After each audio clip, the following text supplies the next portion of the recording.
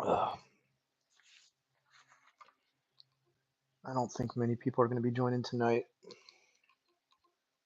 but I just thought I'd jump on real quick just to say, hey, really late night tonight. I'm just talking to a stream real quick. I'm only going to be on for a short time. Just wanted to pop in and say, hey. Um, and also, right now, doing the vertical stream is supposed to be really good. Hey, guys, what's up? Rastavius, glad to see you back. Same with Grumpy. What's up? Um, yeah, man, tonight was a late night. How are you guys doing tonight? Playing anything recently for video games that you can recommend or anything?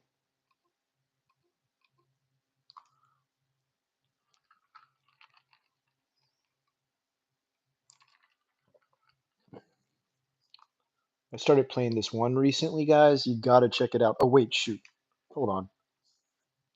I'm stuck on this audio, aren't I? My audio is really bad right now, isn't it? I bet. Hold on. Is my audio really bad? Let me check what the audio is set to. Hold on. It might be set to. Oh, audio's all right? Okay. I'm on this really crappy, like, Bluetooth. It's okay. All right. All right. I'm kind of shocked. All right. Wouldn't recommend it, but 100% Tony Hawk 3. Dude, do you know, so you know Tony Hawk 1 and 2, how they remade it, Thrustavius? They're gonna remake 3 and 4 and put it on Steam soon.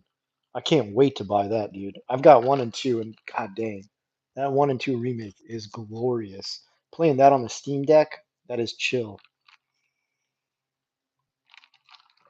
Like I feel like I'm in college all over again. Popo, uh-oh. All right, glad to hear audio's okay. Um, 22, dude.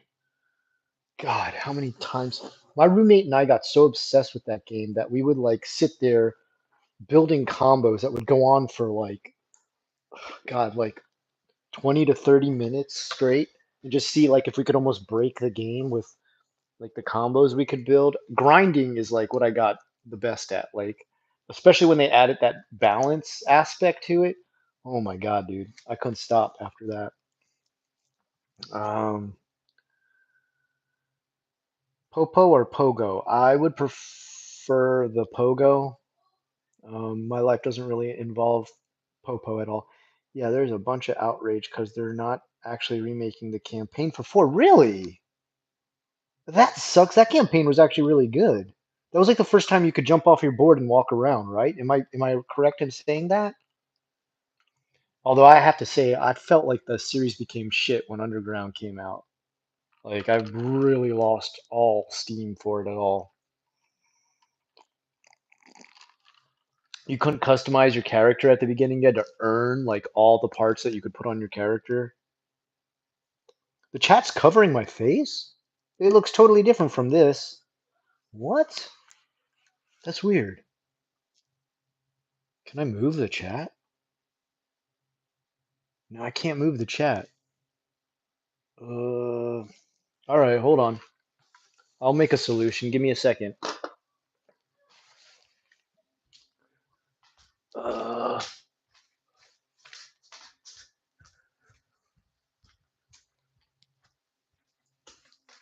hey Alexa, turn on study.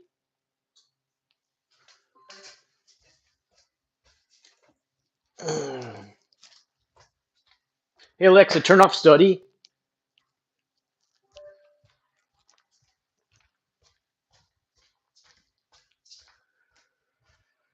Okay, give me just a second, guys.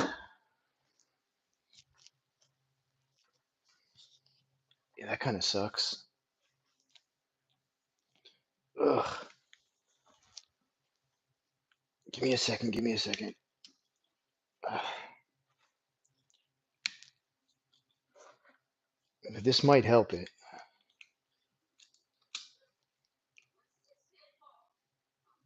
Okay. I'm back on lounging on the couch with my. All right, is that okay? Is that better? Is my head not getting blocked by? Hey, Meadow. You can see. Yeah, I thought so. Like from the way I'm seeing it, like it stops like right below my neck, but I don't know. Maybe it comes out different depending on what you're watching on. I can email you. Oh shoot, what do you got? All right, send me whatever you got, Aaron. Just put your phone further back. I can put it further back. Hold on. Ah, almost knocked over my drink. Holy cow!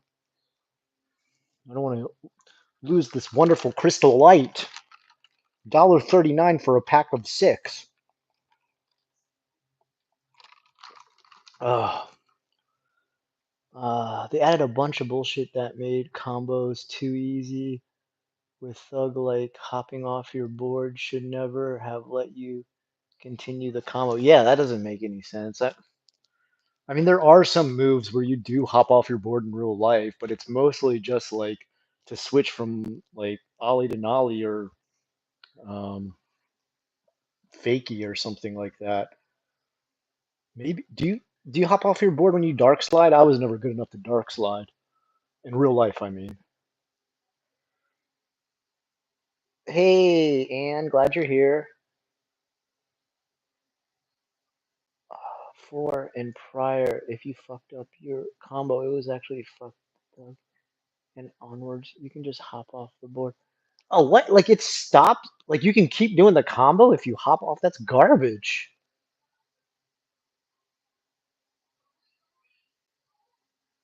Things are getting expensive. Yeah, I hope prices don't keep climbing. Oh yeah, I bet it's very late. It's late for me too. I just got off of work like 30 minutes ago, and it's like how many? I started at 6:45 and then finished at 8:30. So not a 14-hour shift. 13 hours and 45 minutes, right? I lied. Uh, yeah, guys, don't feel like if you're tired, dude, just go get yourself some sleep. I totally understand. Don't worry about my silly stream. I care more about you guys just getting your winks. Uh, what do you think of the Switch 2? Um, so I don't know. I don't. What's this thing about? There's two different types coming out. I mean, I'm gonna be perfectly honest about the Switch and Switch 2. I've got this, my Steam Deck. I see no reason to buy a Switch whatsoever. What, so I can play exclusive Nintendo games? Nah. I mean, those games are really well made. Um, and Nintendo puts a lot of passion into them, which I really respect. But honestly, the last Zelda I bought, it felt like a chore. It was a good game. It was well made. I didn't have the patience for the puzzle solving. And Mario Kart, I still have a passion for Mario Kart. Mario Kart is so goddamn good. But I, I brutalize everybody I play in that game, so everybody doesn't want to play it. Um, Other than that, I don't see a reason to buy Switch. What, Fatal Frame? I can buy Fatal Frame on Steam. Um, what else? There's nothing Steam has. I mean, there's nothing Switch has to offer aside from the Nintendo originals, like Metroid, maybe. I'm not a crazy, crazy Metroid fan. It was a cool game back in like 1984 when I played it. I never played any of the newer ones. It might be amazing. It's just not my. I'll tell you what, I'm playing a game right now, guys. I have to recommend it. It's super cheap. I think it's like 5.99 or 6.99. It's super cheap. It's called Look Outside. It's fucking amazing. It is like the best. Um, and like you can play it on any kind of machine. It's like not any kind of spectacular graphics. Like it's not RPG Maker. It's its own thing. Like he made his own system for it. But it's how would I explain it? It's such a weird combination. It's like an RPG, but super dark because it's just like one day, um, some kind of like well, they don't. I don't fully know because I haven't gotten to the ending of it yet. But You'll know this from the beginning. Something goes across Earth, like a comet or some sort of alien presence or some sort of like cosmic horror goes across Earth. Like it's like a, and anybody who looks outside is like ferociously mutated into like something horribly grotesque. Um, your guy wakes up and there's like banging at his door. He hasn't looked outside yet.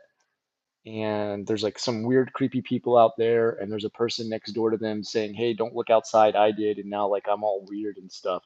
And just like the concepts the artist came up with for how people mutate and become all these weird, different monsters are just so out there.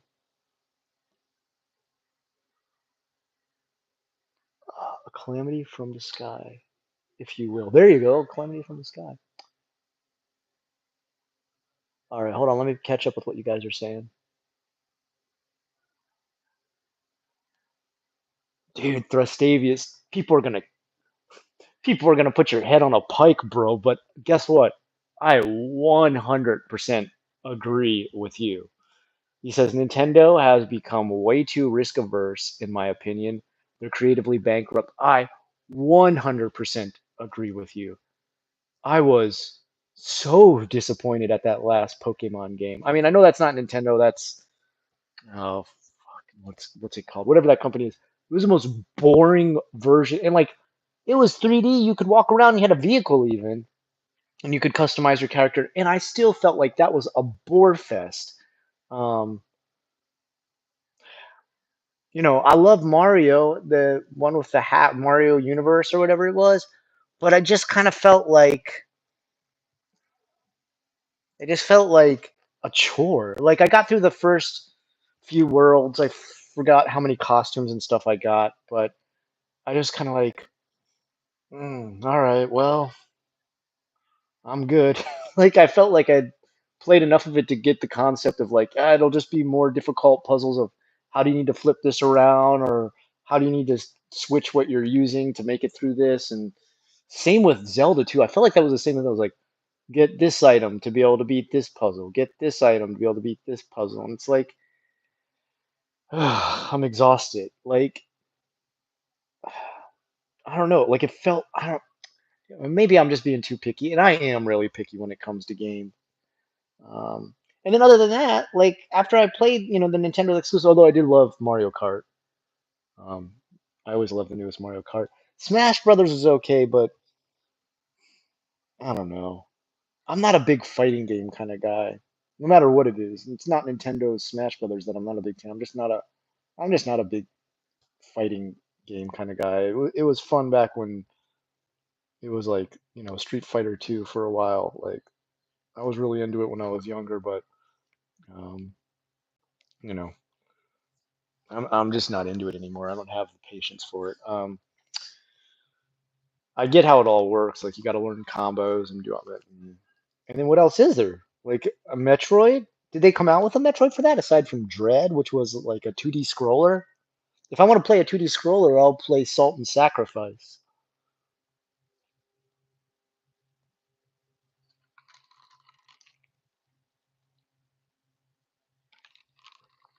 And Nintendo did have Sonic exclusives at one point. The problem with Sonic is like 0 to 100. Either a Sonic game comes out and it's fucking amazing, or it comes out and it's just straight trash. Like there's nothing kind of in between. It's such a weird series.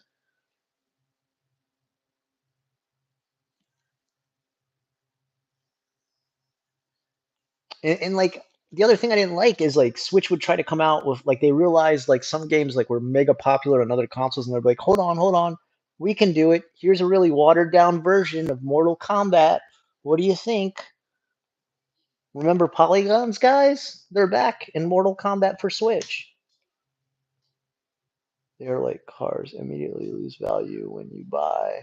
You're talking about game systems?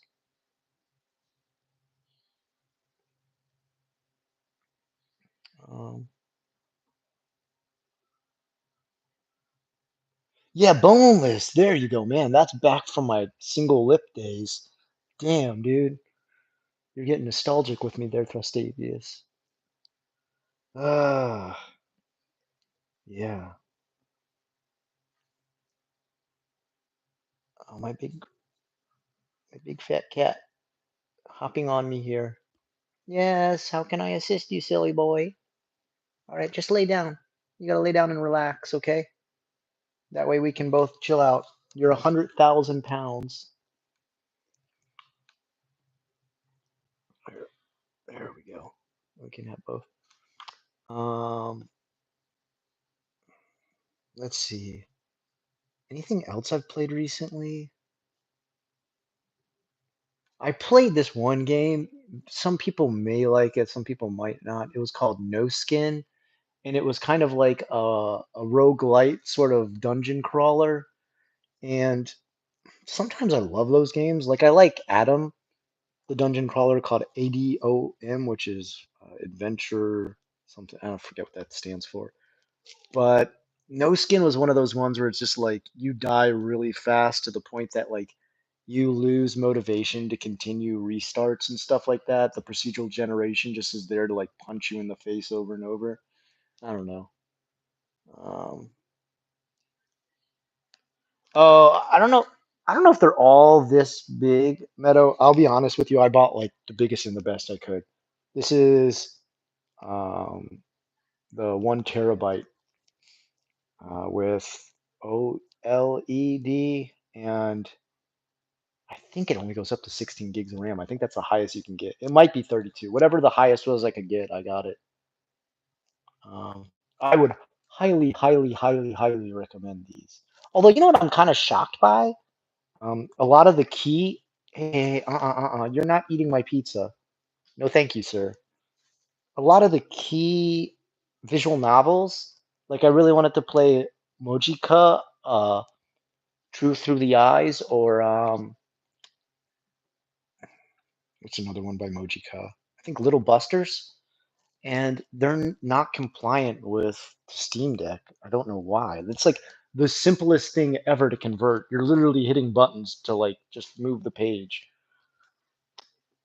But oh my God, dude, Silent Hill 2 remake on the Steam Deck. After I started playing it on the Steam Deck, I was like, I'm never gonna go back to playing it on PC. There's no point. Also, the Dark Souls series too, man.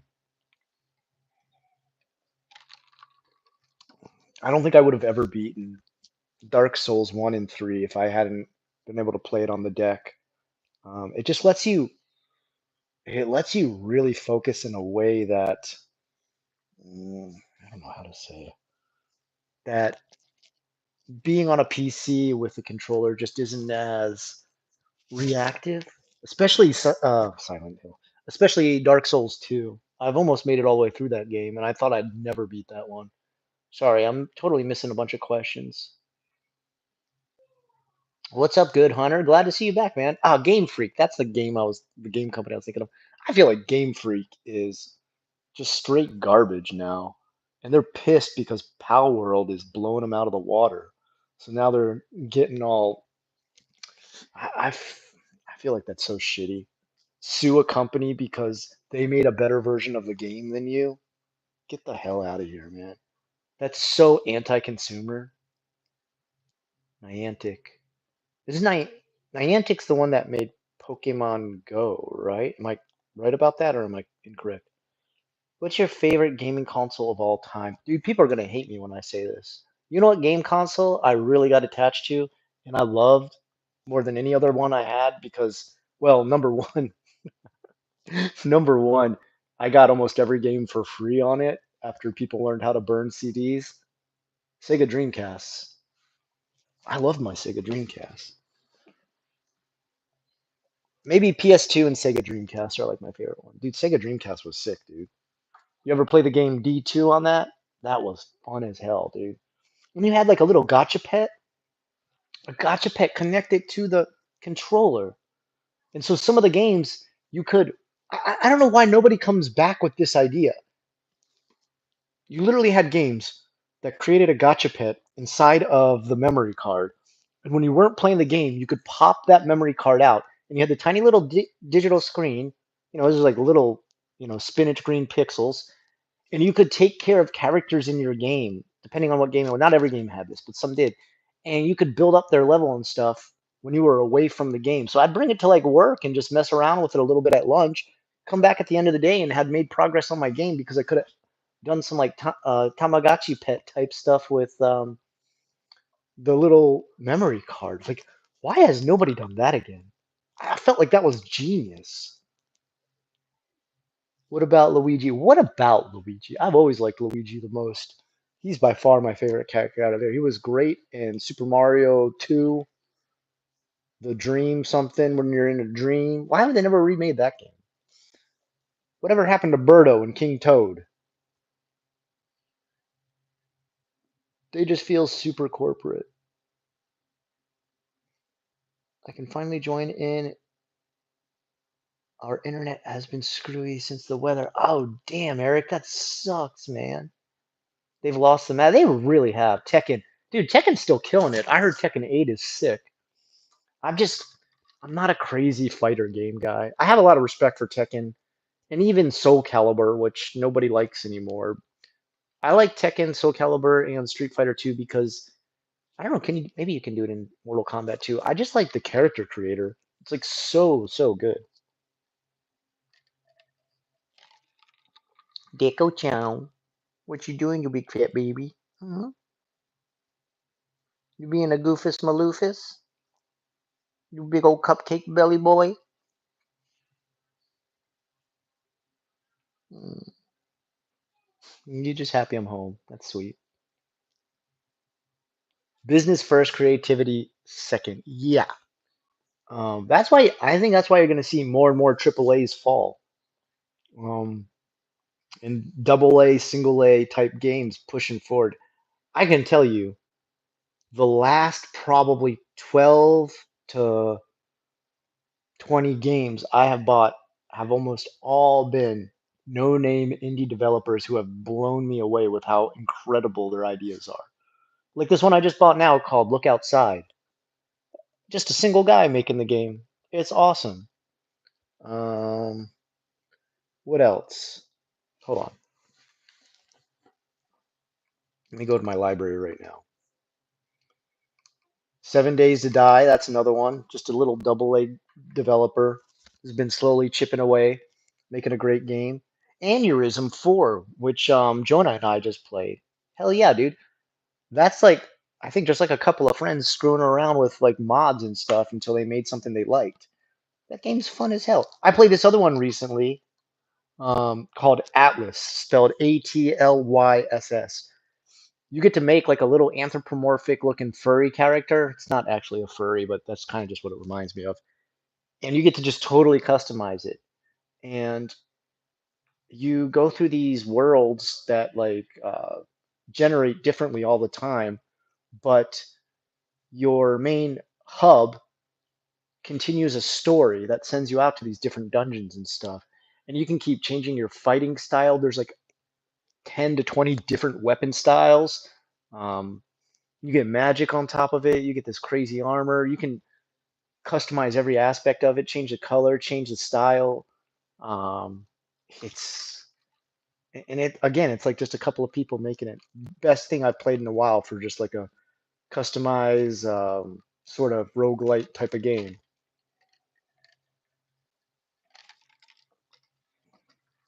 Let me take a look at what we got. But they pull it off well enough that most gamers haven't noticed. What's YE5 mean? Haven't noticed E5? Yo, what up, Jonah? Real quick, downstairs with the homie having a chill sesh. I hope everyone else is having a good night. Yeah, we're doing okay, I think. Everybody okay? GTA, I don't know, man. If GTA is $100, I'm not buying it. I don't see any reason to spend $100 on a game. That's that's ludicrous. Um, you can't even customize your character in GTA, right? So, you know, for me, I know people probably think this is narcissistic. I really love to customize my character and make it as close to me as I can so I feel like I'm in that world. It's not that I think I'm super awesome, I'm the hero of the day. I just like to feel like how would Scott act in that world? If I can create him and see what happens to him, that's just way more immersive to me. It just feels like way more involved, like I'm way more connected to the world. Um, I know the writing and the stories and the humor and everything in GTA is top quality. I'm not going to deny that. They've got some incredible writers and game mechanics, but quite frankly, and I know people are going to hate me for this, I liked, and I'm saying before the reboot, I like Saints Row 1 through 4 more than I like GTA. I felt like that was more fun. The new one sucked. The new one was so bad. I couldn't even get through like the first 3 to 4 missions. I just hated every character. It was so fucking bad. The new, not the new GTA, sorry, the reboot of Saints Row. Is just, they had such a good thing going and they ruined it. They absolutely ruined it. Me, me, Sin, Sonic Adventure and Sonic Adventure 2 were the best. I totally agree with you on that. Never any good Sonic games after that. Well, I heard the newest, wasn't there one that came out recently? They said it was like really good. And also, what about Sonic Wave Riders? No, I'm just joking. Dude, Angry Joe about Sonic Wave Riders was the best review I ever saw. That one had me laughing for like ages. AVGN, man, has that guy ever lost? He's really lost his like kind of oomph. Um, loved his stuff, watched everything for ages. Um, then he hired that company that they found out were um, one of their writers was just like pretty much page for page copying magazine articles and making it the script um, for AVGN because everybody noticed like wow it's weird his style's like really changed and every once in a while he'd make like a political comment and they'd be like that's weird he's not political based at all and then they found like multiple magazine articles that one of his writers on the team had just been like plagiarizing over and over. It's disappointing. You lose that grassroots, that raw energy of what made you. And I guess, we all do it to a certain extent, you know. I'm not mumbling in an apartment by myself with world's worst 3 megapixel camera, but I kind of never lost my connection to JFAC. So I still stick to kind of grassroots. And I feel like a lot of times you've definitely got to keep changing your style to continue to um, improve your channel, keep up with like technology, the audience, etc. But you need to keep some essence of what got everybody to join. And with his newer stuff, I just felt like, ugh, this is not the guy I grew up with. The Sonic movies I heard are excellent. The incredible and most pleasing aspect of the Sonic movies is they released a trailer that people hated. They're like, what the fuck is this? And they said, what do you mean? What's wrong with it? And they're like, he just looks wrong. Like, it's not the way he would act. It's not the way his face would look. Like, his teeth are all weird. And it was kind of weird. It was kind of uncanny. And they're like, you know what? You're right. We're going to go back and fix all of it. And they did that, and they've been knocking it out of the park since. It's crazy. If you simply listen to customer feedback and instead of hurling insults at your would-be customers and just say, that's a good point. We never thought about it that way. They really have a passion for what you create after that because you had a passion for not only the creation process, but the audience who makes that money for you.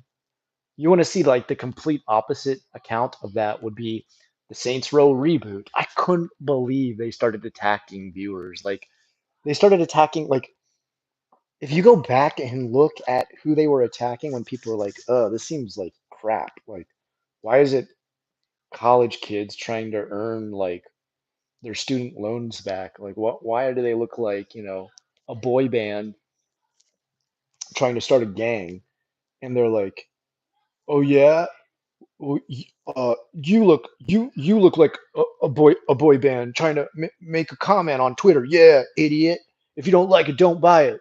Like so stupid. And they were doing this to like accounts that were like 1 to 2 or like 3 followers. Like instead of just you could just ignore that. You could just ignore it and be like, oh, anyway, well, here's how the game looks. Or even better than ignoring it, you could take it as feedback and be like, damn, maybe we're on the wrong path here. Nope. Let's bankrupt our entire company and just shout at everyone who doesn't like what we've made. I'm sorry about behind the comments. I'm curious to see where Dusk Bloods go. Are you talking about um the FPS in Blood? I just watched an excellent. I watched. Oh man, it was a great documentary on the guy who made those games. That guy's awesome, dude. I got tons of respect for that dude. Squishy Cat. Oh my gosh, yeah. Wow, I am really far behind. Holy cow.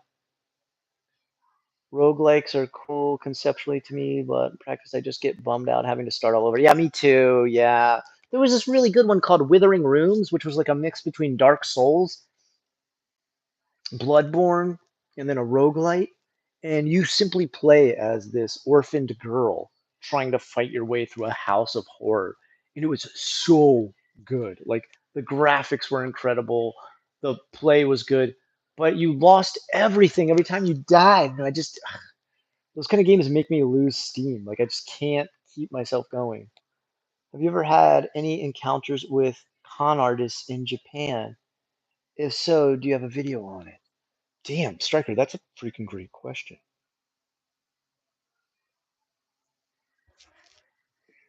Have I ever?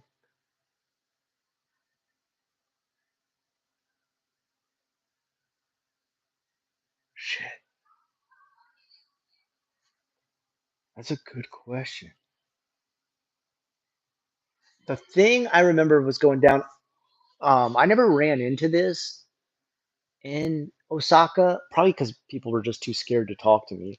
But a couple of my friends got duped with um, people pretending to be monks, how they like hold out their little bowl to collect money and just kind of like shake their bell cane. I'm sure there's a proper name for the cane with the bells on it. And um, there was a group of fake ones doing this where they weren't banging the cane in one hand. They actually had little bracelets in one hand. And as you'd walk by, they'd give you one.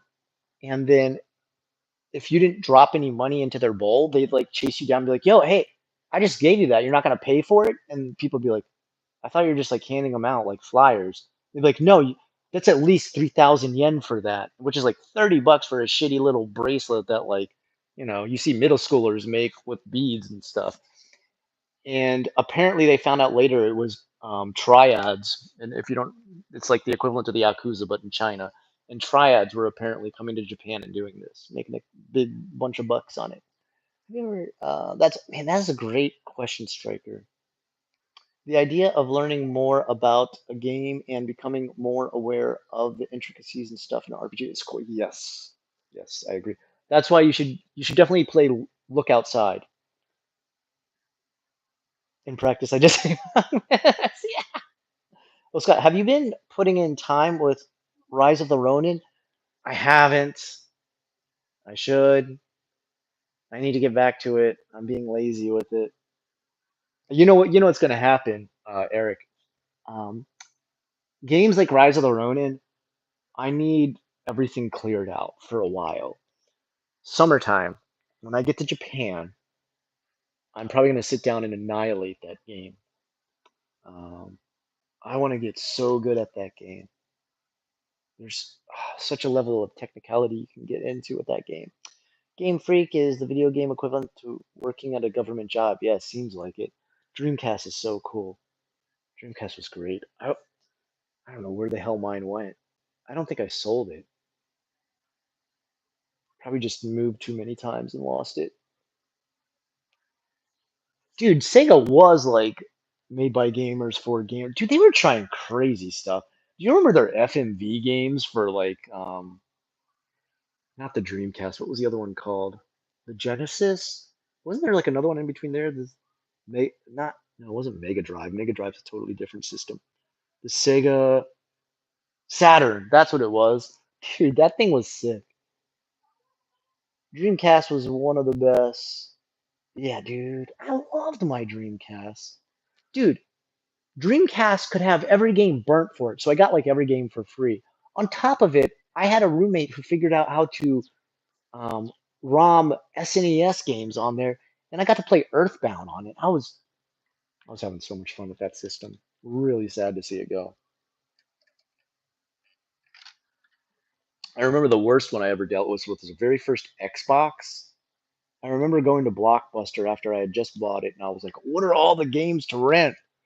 And it was like a bunch of sports games, which I hate. Sorry, I just hate sports games. I don't understand. I can't get excited about playing a sport in a game when I can play the sport in real life. Um, and the only game they had to rent that wasn't sports game was fucking Buffy the Vampire Slayer, which a cool series, fine. The game, just wasn't having fun, man. Hitting everybody with a shovel. Just remember hitting people with a shovel over and over again. I'm like, doesn't she have more powers than a shovel? I thought she could like do all kinds of crazy moves to beat up vampires. Shenmue, yes, yes. That's the reason I bought the Xbox. That's why, because it was an Xbox exclusive for Part Two. Now I remember, dude. Dude, Shenmue was so good.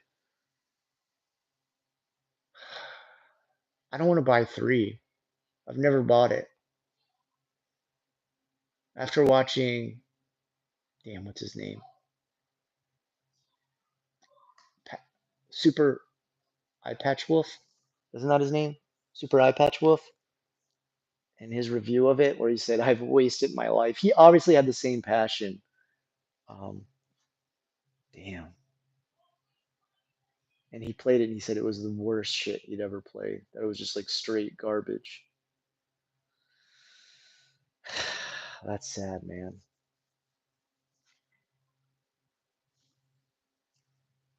PSO, Crazy Taxi, Ikaruga. Yeah, Crazy Taxi was good too.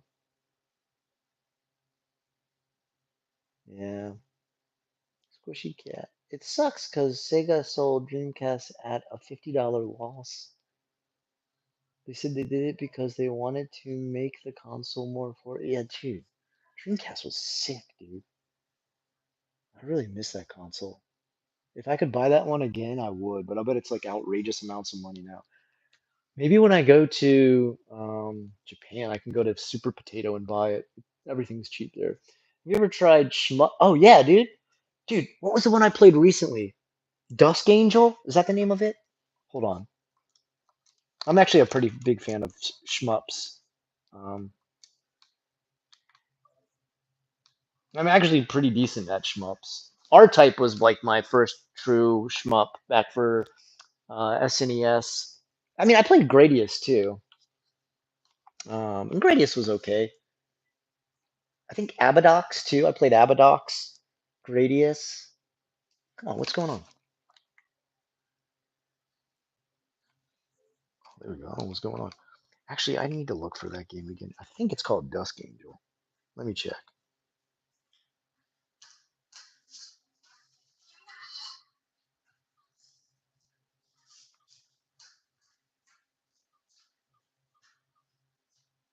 Angel of Dusk.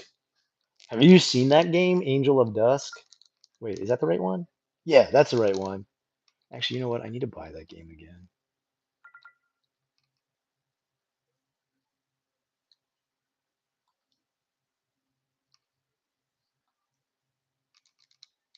I played the demo and then and it's got an overwhelmingly positive score now. Dude, of course, man. Have you seen the artwork for that game? If you have not, you guys, you need to, even if you don't like shmups, go check out the artwork for Angel of Dusk. Oh, sorry, at Dusk. It looks like of Angel at Dusk. It's a fucking insane idea. I gotta get that game. What is this? Oh, it's the same game. Gecko-chan. A video game crash is coming. I think okay, this is just my input on it. Nature Nerd 1000. I feel like a triple A video game crash is coming, and a rise of the double A's is going to follow. I mean, look at BioWare just fired a full team after um, Veilguard, which was just straight shit. What a waste, man. I love that series, Dragon Age. I played all the way up to Inquisition. An incredible series. The lore was out of this world. I absolutely love it. It was like body horror mixed with fantasy. It was like grimdark in a way no one had ever thought of before. And then they decide they're gonna make a political statement with it, which that's fine, man. You can have all kinds of politics in your game, but please worry about the story first. Even like my trans friends were like pissed off at that game. Uh, Cyberpunk was so good. Dude, I need to play Phantom Liberty. Actually, you know what? I'm gonna go get that now. I keep forgetting to get that game. Now that you said that, I'm gonna get Phantom Liberty.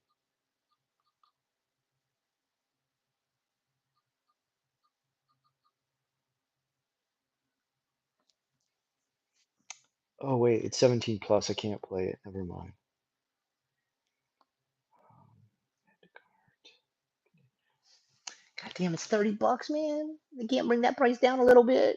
Damn, dude. All right, I need to eventually play that. Sonic before they fixed him looked like a Montron. Yeah, he looked bad before they fixed him in the movies. Duskblood is the new. What? Duskbloods? It's a new game from.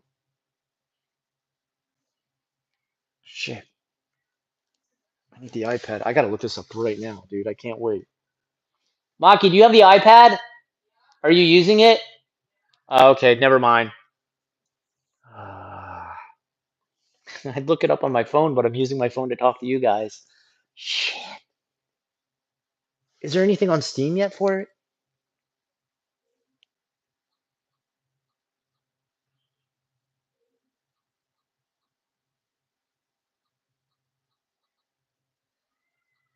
No.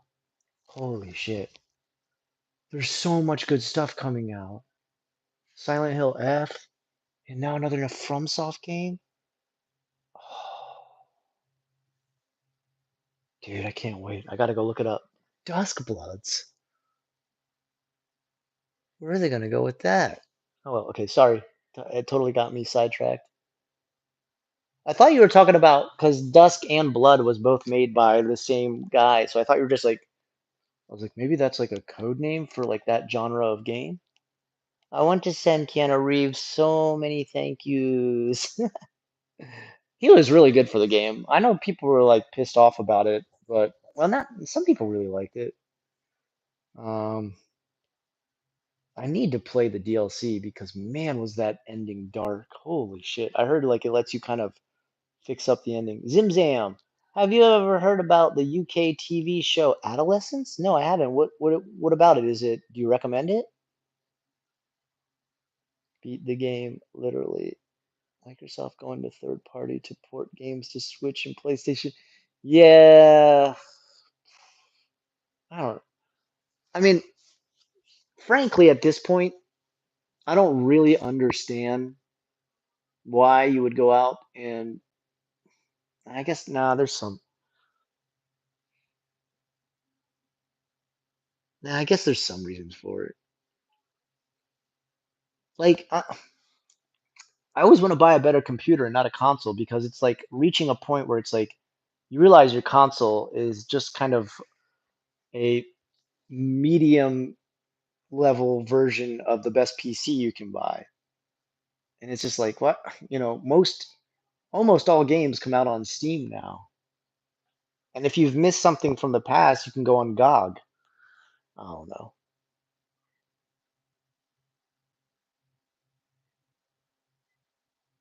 Try to make anime vibe to it. All the games were like a lame attempt at keeping the 90s attitude. Do you remember that game? Um, since you're talking to me about Tony Hawk, did you see the one that came out for like BMX? It was called BMXXX. Did you ever play that piece of trash? Eight seems I'm not 85 in the ergon.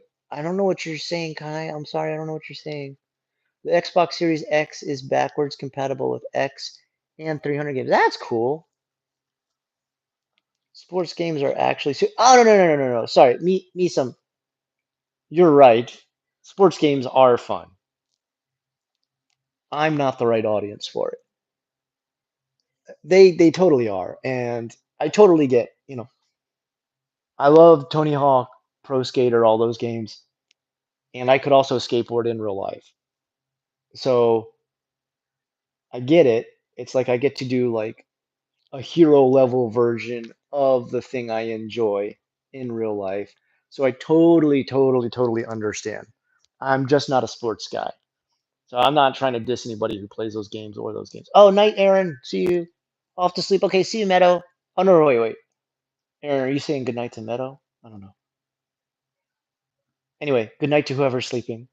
I hope you have a good one. Scott Stash says that Xbox and Xbox 360 games are the cheapest and easiest to collect right now. Crimson Clover. Crimson Clover? Hold on. Oh, wait, wait, wait, wait. I think I know what you're talking about.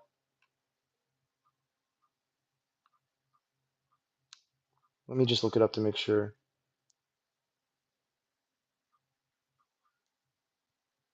Wait, I'm spelling it wrong. Crimson. I think I know the game. Hold on.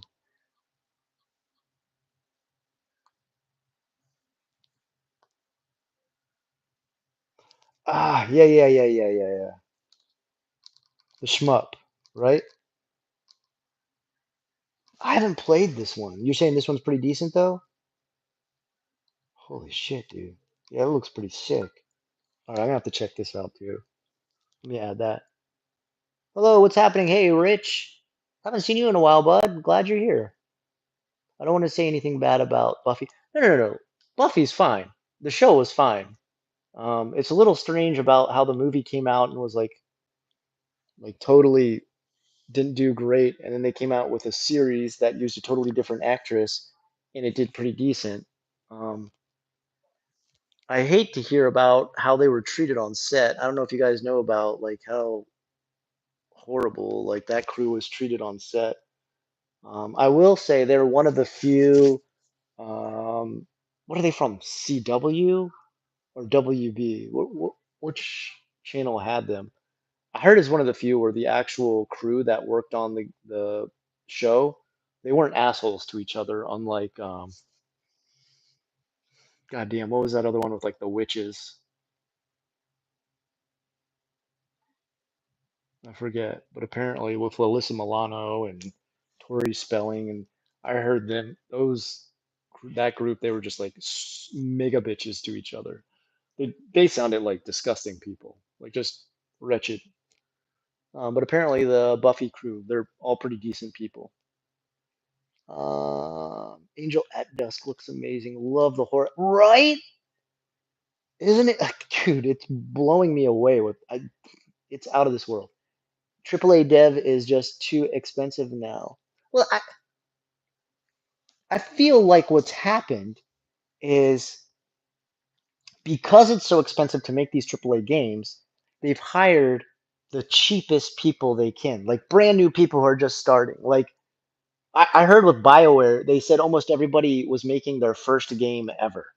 And on top of it, they weren't like into that series of Dragon Age. They were just kind of like, hey, let's get a whole new crew because we've lost everyone from our legacy crew. And so they just got a bunch of people who didn't really know a lot about the game.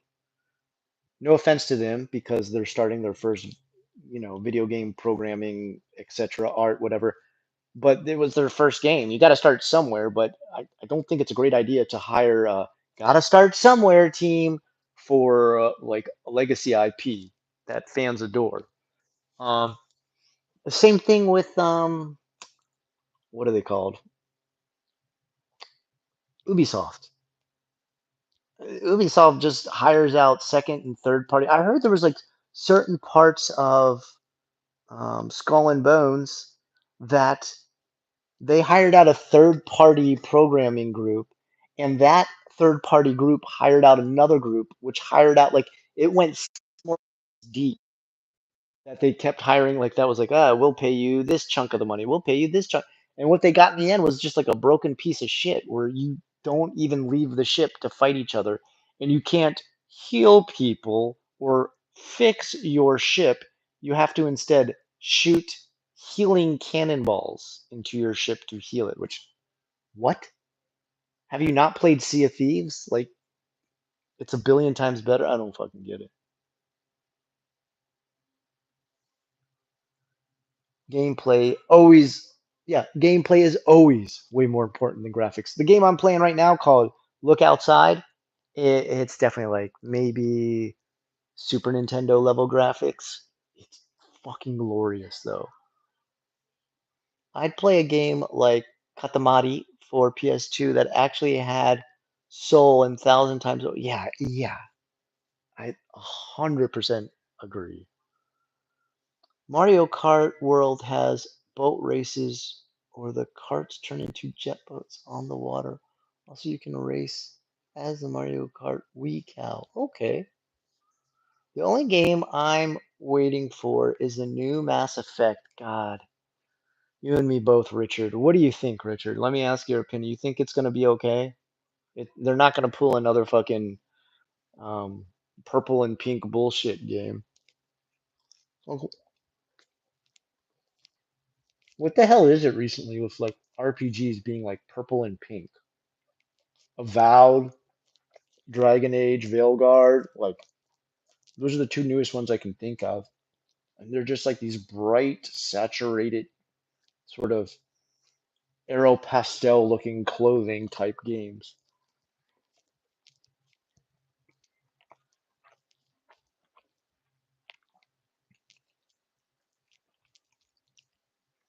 God damn it, guys. I'm reading what you just wrote, Eric, about Duskbloods. And as soon as we finish this stream, I'm looking up Duskbloods, man. I'm gonna learn everything I can about it. Holy shit, I cannot believe. I'm shocked they're coming out. Miyazaki's so smart. He's already said there's not going to be Elden Ring 2,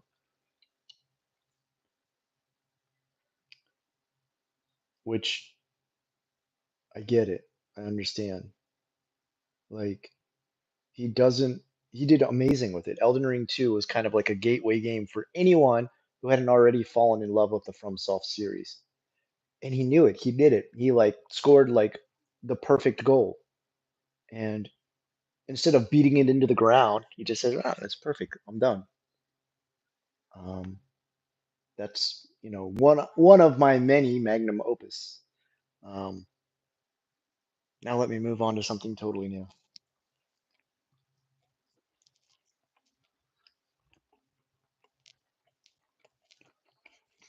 The BM Triple X, man. Oh God, I've heard there are new Bloodborne in the works. What? Oh, really?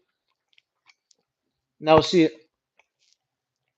what I heard is that Sony refuses to let go of that IP, and because of that, um, Miyazaki's like never wanted to touch it again because he's kind of screwed as far as what platforms he can put it on. That they'll try to hold it hostage on Sony only stuff. Had to clean my phone. I'm back now. All right, I hope it's clean. Oh, that's why you were typing. I was like, is he okay? Did he fall on the keyboard? What happened? Okay. Oh, Kai, you're cracking me up, dude.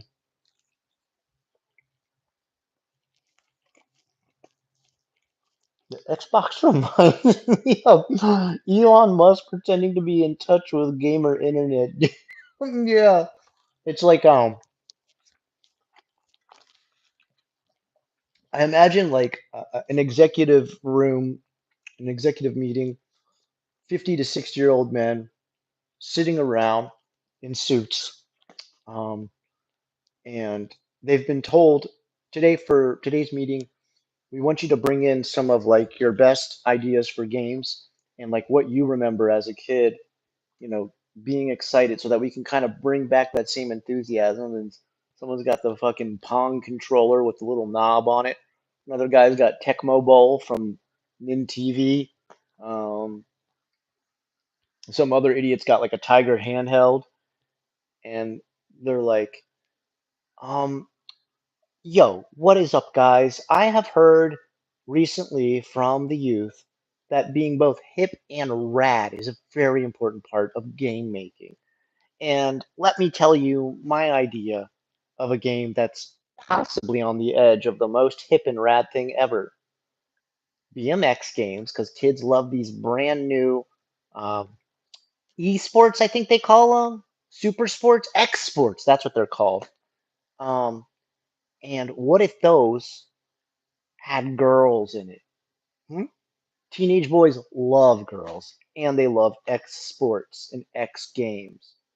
We combine the two, it'll be both hip and rad. Someone in the background does like a fucking rip on a guitar riff, and he drops down his shades. Charmed, that's the one, Anne. Thank you. Hey, no, no, cats don't eat pizza. No, Deco, I've never fed you any human food. I don't know why you think suddenly today I'm changing my mind. Charmed, I heard the cast on Charmed just fucking all hated each other, and they were just nasty bitches to each other the whole time. Although I have heard Tori Spelling is like the biggest bitch in the world. I heard she was like horrible to work with. Apparently Melrose Place, like she was like the whole show ended because she was like an absolute mean machine. Arms and shoulders looking good as oh dude, I always like I always well I've been bulking a little bit. Yeah, I'm gonna probably do a cut post summer, but I've really gotten into a routine for shoulders and arms and chest too. Like 5 days a week, sticking to it. It's almost completely body weight based, which has really, really kept me um, absolutely nailed to the program. I should have done it a long time ago. Um, there's no excuse, right? No matter where you're staying, where you're at. I do have some stuff for like curls and stuff where I need weights, but I've been doing like tons of dips, like loads of push-ups. I probably do 3 days a week. I do about how many push-ups would it be? I do diamond push-ups, 50 of those. Um, um, God, what do you call it when your legs are up higher? Ascending push-ups. I do about 40 of those. Um, I do regular push-ups, 50 of those. I do wide arm push-ups, about 50 of those. I think that's all, right? So 100, I don't know. How many is that? 190? Every three, like Monday, Wednesday, Friday. Triangle strategy. I heard triangle strategy is sick. The only thing I wish, man, I wish these games like Triangle Strategy or Fire Emblem let you make your own custom characters. I just want a big TV in Skyrim again. Man, you and me both, Kai. I have a feeling, don't quote me on this. And hey, ow! Why you bite my elbow?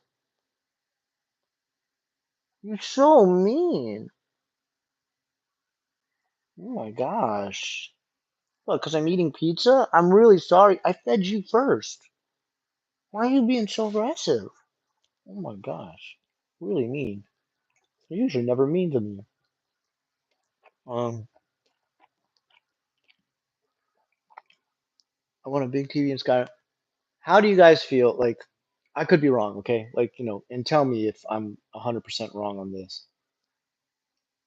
I feel like there's a possibility, and I'm saying probably 50-50, all right? I'll give it 50-50 that the new um, Elder Scrolls game, this one's going to Hammerfell if I'm correct.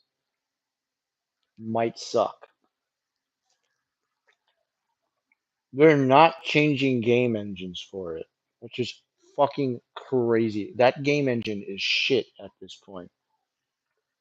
I don't know if you guys played Starfield, but holy shit, what a bore fest. Oh my god.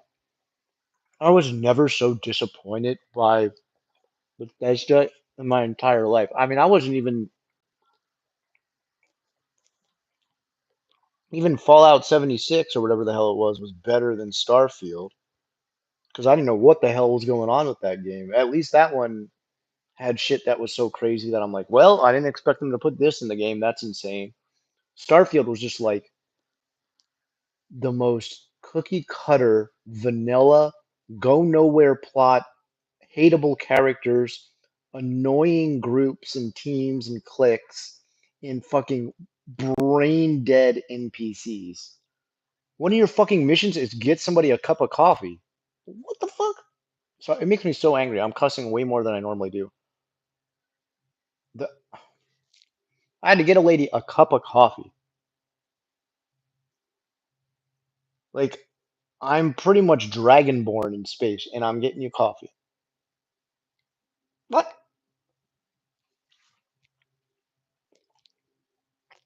Okay, I heard the original Mass Effect team will be at the helm. All right, Rich, I believe in that. If that's what's happening, and no executives stick their dirty hands in it, I think we have a chance for a damn good game. There's so much that could be done with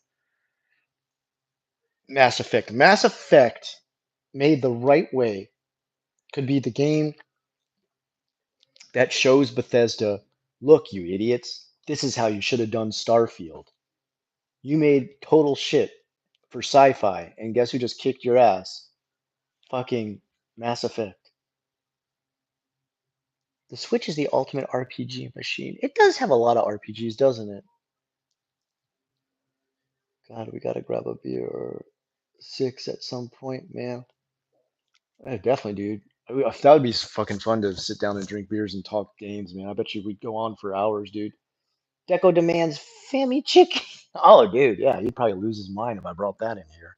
I think almost everybody lose their mind for that chicken. Why is that chicken so damn good? Now you got me wishing I had Fammy chicken. God damn, that chicken's so good. Do you guys want to hear a story about that chicken? The first time I ever hung out with Tikio Sam, we walked all the way through Shinsaibashi and Dotonbori, and that motherfucker stopped at every single Family Mart and got Family Chicken every fucking time. Like every single one we passed, he stopped and wanted. Now I got to give it to Sam; he's got good taste. That chicken tastes incredible. But goddamn, I was like, can we finish walking? There's like a Family Mart every like 20 feet, dude. Stop. The cast of Charm were really bad to Shannon Doherty. Dorothy. Dude, I watched a whole documentary on it of like how just disgusting they were to each other. They're just awful people. Just like no morals at all. Well, cat eats watermelon. Well, that sounds actually pretty healthy, I think. What kind of pizza does Deca want? Oh, it's meat lovers. My cat eats supermarket mushrooms. That's, I think that's pretty healthy though, right? Hey, hey, no, you cannot. Deco-chan, pizza ダメだよ。食べないください。本当に病気になる。Deco-chan, 一緒に、いつも。でしょ？Deco-chan, Deco-chan, 一緒に、ずっと、いつも you and me. Alright, Deco-chan is pizza cat now. Yeah. Are there any types of food you miss? Oh God, yeah. Are you kidding me? Oh my God. Ah! He bite me again. Why you do this? And he gives me a look too, like, oh,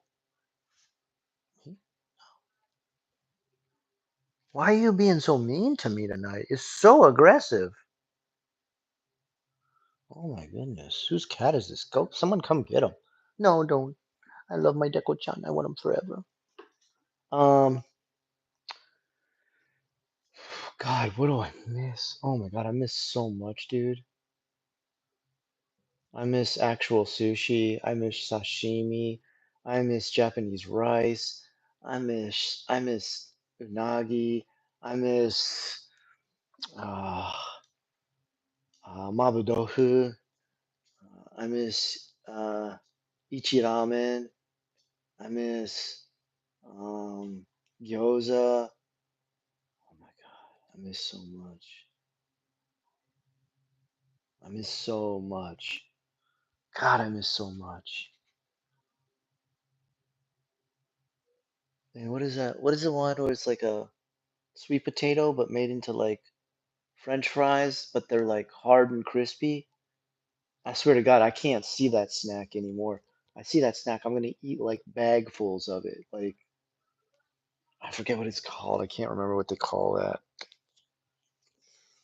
Ah, I'll eat that stuff till I die of diabetes immediately. I can't help myself. Kit Wars, more treats, push-ups, handstand push. I've tried to do handstand push-ups and I can't. I'm not coordinated enough. Pull-ups. I need to do pull-ups more. I need to get. I have a pull-up bar that I need to install somewhere, and I'm just like afraid to install it in my house because I don't know if I'm gonna just like rip a wall out or something. So I do tons of sit-ups. Sit-ups are Tuesday and Thursday. I do sit-ups and I do the I got that like little roller thing where you like roll back and forth. Pistol squats. I don't know what that one is. I gotta look that one up. Curls with whatever heavy. Yeah, I got a curl bar and I got like um dumbbells that I can keep changing the weight on, keep upping them. All the best podcasters have cats. Sticks and Hammer, Coffee Talk. I never played those. Starfield might be the. Starfield was so fucking bad, man. Like, it makes me so angry when I think about it.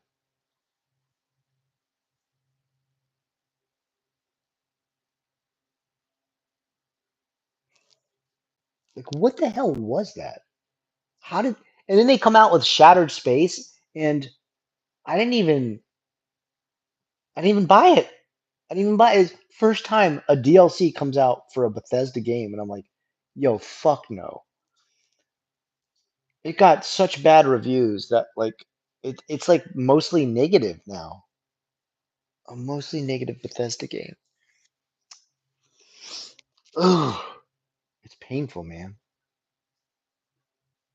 Like, who thought that would be fun?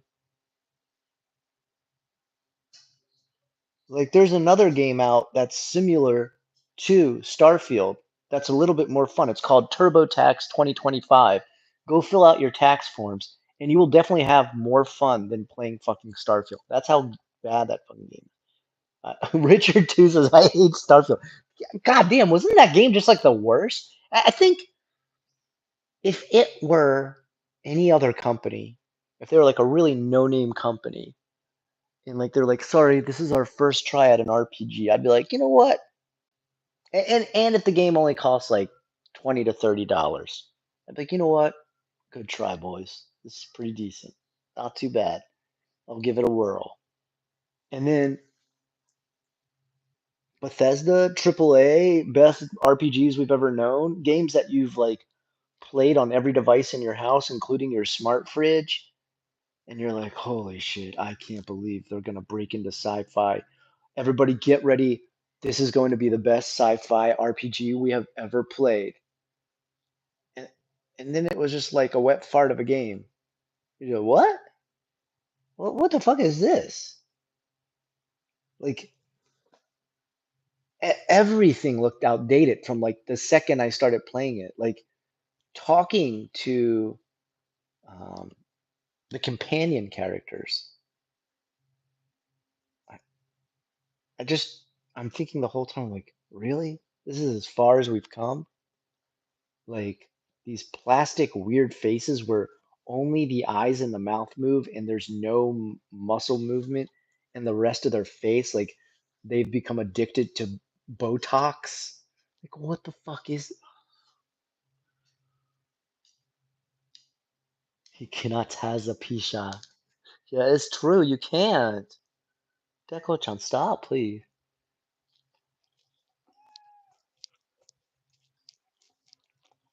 I was playing Starfield and I was already at Mrs. Lame as fuck during the more on Rails intro quest. Then I got to my first open world planet and saw that I just walking in it. Yeah,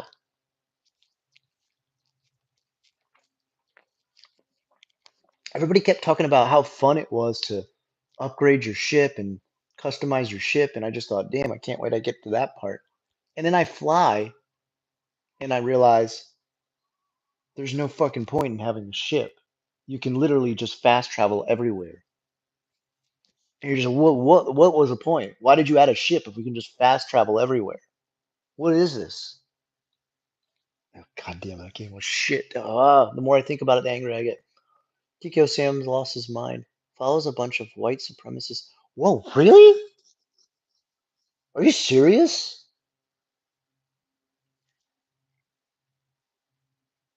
No way. Really, dude? Like, I thought Tokyo Sam was like pretty. I know he's been following like some of that like goofy, what do you call that? Like pickup artist shit. Like he's followed that stuff for a while. But white supremacists, really? Like, can you just? I'm not doubting you, all right? Not at all, AA. But like, what? For example, who? Pizza Cat origin story. You big fat pizza cat. You round like a pizza, but you're more than 2D, man. You're a 3D pizza over here. Most pointless game ever. It was pointless. Is it true that South Korea makes the best fried chicken? I don't know. I don't think I've ever eaten fried chicken in South Korea.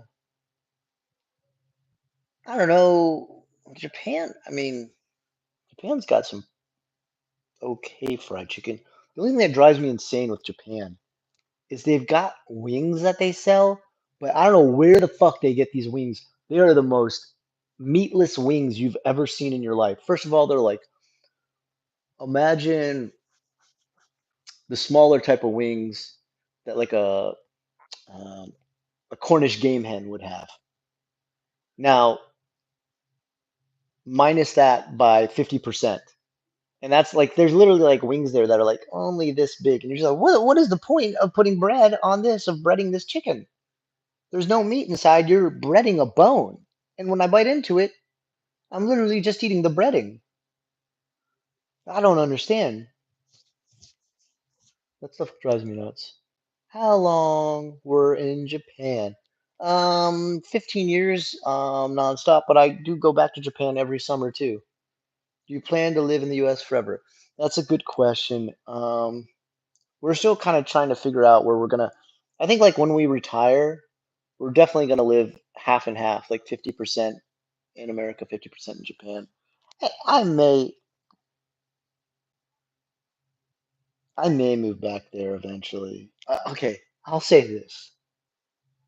Um, if Sweary ever hires me for doing localization or game character stuff, or Suda51 ever hired me, or maybe Ryukishi07 hired me to join their gaming staff, yeah, I'll move back to Japan then. I don't know. I would have to have like a really dream job situation for me to move back there before retirement. Making me hungry. Right on the Japanese food. God, I'm running liquid. Are you on a fast right now? Sticks and Hammers lost his mind. Yeah, see, I used to really like Sticks and Hammer, but he's kind of some of the stuff. I don't agree with everything he says. Gobo fry, so delicious. What's gobo? Dude got divorced because he beat his wife and believes he's a legit wizard. Yeah, when I heard about that with him, I was kind of like, damn, dude, are you serious? Like, I get like there's two sides to every story, but I don't know, man. If I hear any kind of connection to that kind of stuff at all, I'm like really disappointed. A man who beats his wife is just not a man to me at all. It's just sickening, sickening and gross.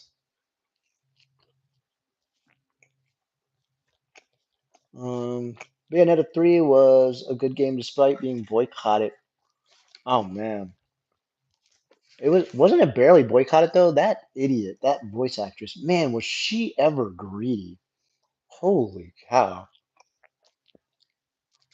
Wasn't female Shep the one who finally took it over, and she did a decent job? I think she did okay. Sorry, it's really rude.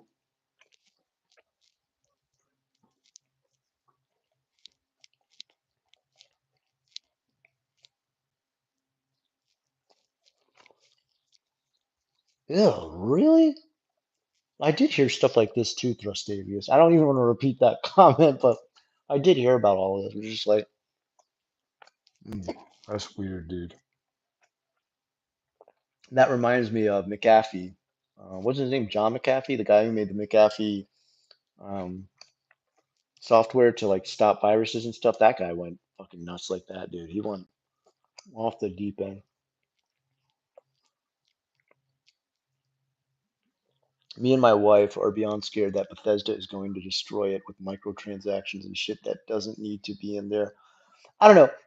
Bethesda's not as bad as someone like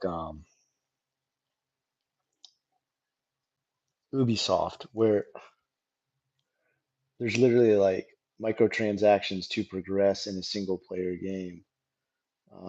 But I will say, like, their their idea of mods and DLC are pretty shit. Like, the actual people who make mods or make their own DLC are always like a billion times better. That's what really surprised. I think that really is what let Bethesda know that Starfield was trash. Was when even the modders were like, "No, fuck this game. This game has no future."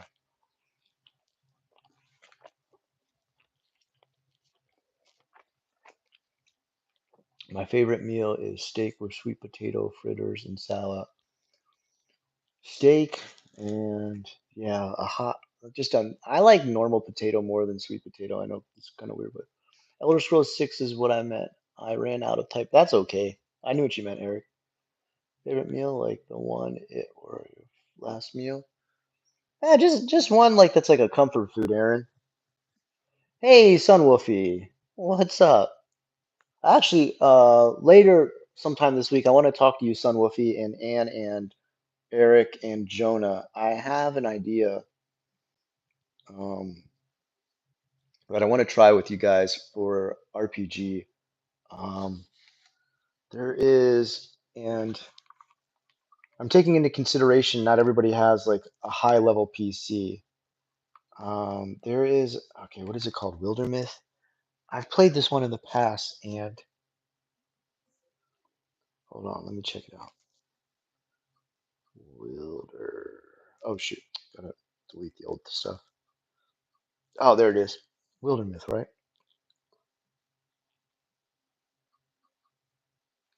Yeah, Wildermyth. Oh shit. Um, oh God, got a bad case of the burps. Ugh. There's this game called Wildermyth, and I think all of your computers, no matter how old it is, could probably play it. And it is an RPG game where you kind of just makes it up as you go, and you all get to make party members, and the computer itself works as the dungeon master, and it's pretty wild. Like it's really good. All right, let me go to. Hold on. Why doesn't? Oh, wait. No. Hold on. Game info. Let me check settings, like how much of a computer you'd need. Because I think it can run at a pretty low-end computer.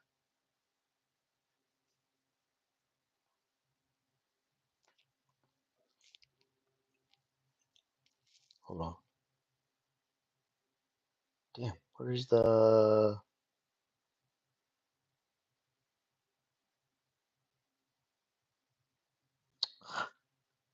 Where do I find? It doesn't usually say like right under the game like what it requires.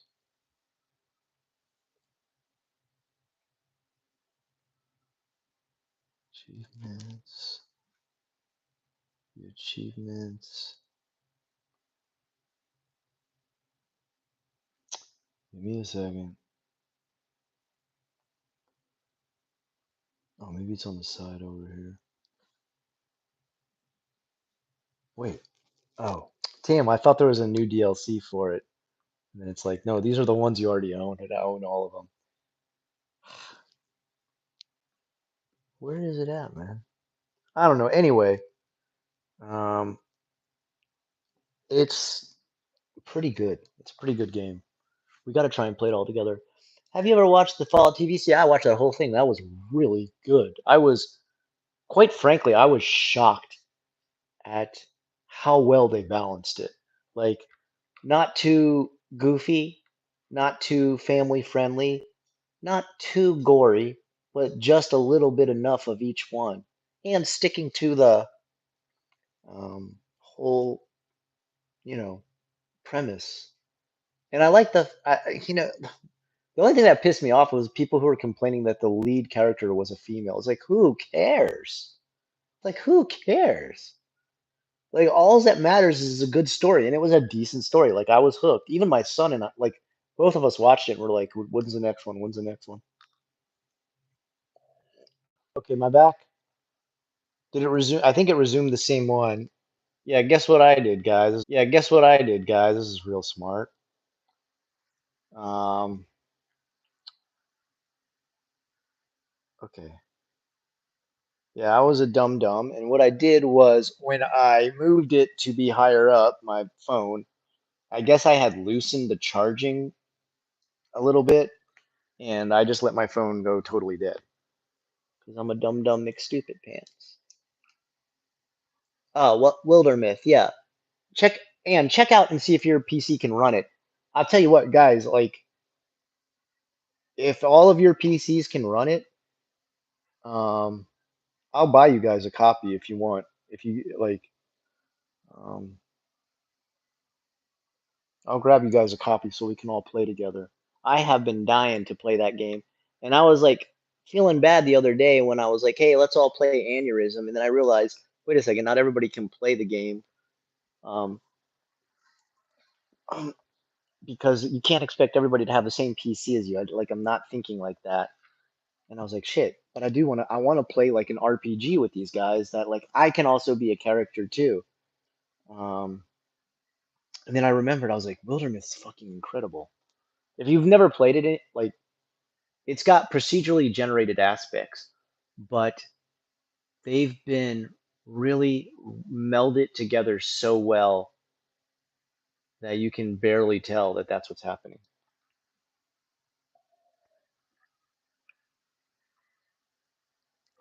Blech, blech. I hate. I don't like taking. If the pill's like a little bit too big, ugh. I'm taking glucosamine for my joints and stuff. Sometimes my elbows start to hurt when I lift. I mean, it's really good. Like your joints heal up really fast. But why does the glucosamine pill got to be so goddamn big? It's like a horse pill. Blech.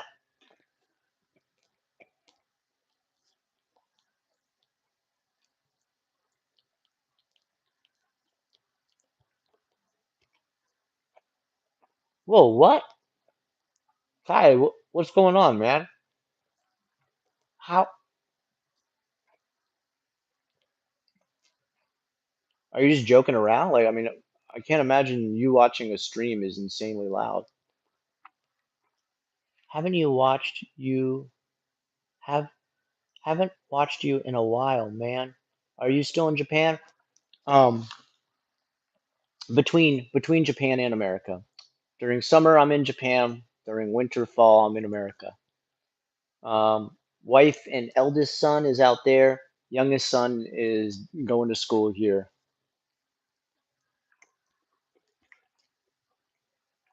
My other friend, Cajun Gaijin, you guys may know him. His name's Adam. He's right now having to do the same thing, but vice versa. His son's trying out Japanese school right now, just to like kind of catch up with kanji and stuff. I feel bad, man, because like, he's happy. He's happy his son's getting a great education out there. Um, and like, I'm super happy my son is getting a great education out there, and my other son's getting a good education out here that better fits like his prerogative. But goddamn, it pains the heart to be away from your family, dude. It sucks, man. I really, sometimes I really worry about not getting to see my son for so long, dude. Only 3 months out of the year, pretty much total, that I get to hang out with the eldest, man, and that kind of it breaks my heart, dude. I've been in his life since he was 12, and he understands everything, and like he's a smart kid, man, and like he's his own little man, but I just hope I hope I have some kind of influence, some kind of positive influence. I'm hungry as fuck now. About a DoorDash something. Don't do it. Stick to the diet. You got to do that. Don't do it. When's cosplay night? Oh shit, that's right. We actually talking about doing that. Shit, dude. Maybe if we can all play Wilderness, we could like make our characters because you get to like customize your own character there. And then we should come dressed as our characters because then even I can do it too. I'd feel really left out if we had to do it with my game because you know I'd either have to wear like no costume or like a million costumes.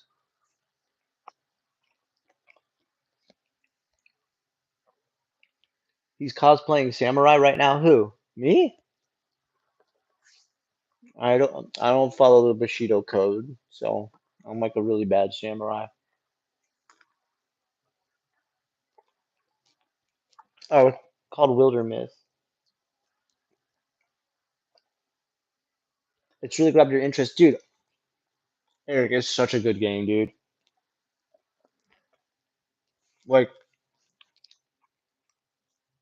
not only does it let you like just you get to make a custom character, you can make a custom background, or take one of the backgrounds it suggests.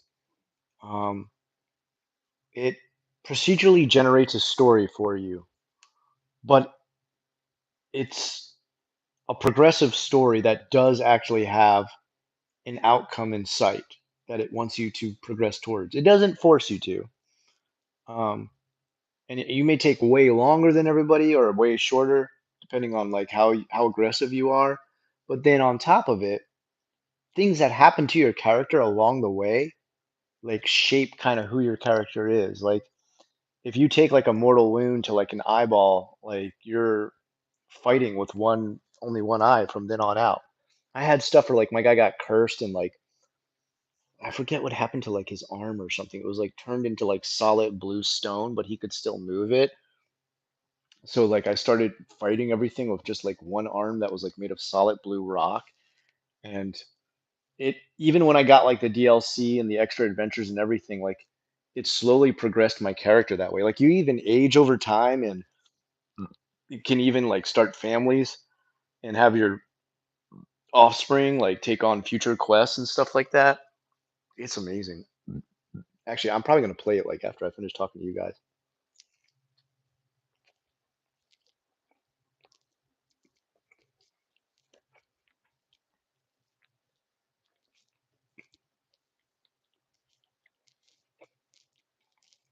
Dumb, dumb, and stupid.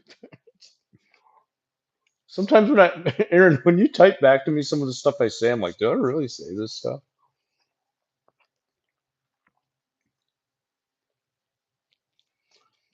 Yeah, mine and my wife's computer can run it. She can run The Witcher 3 Oh, dude, yeah, you can definitely run Wildermyth.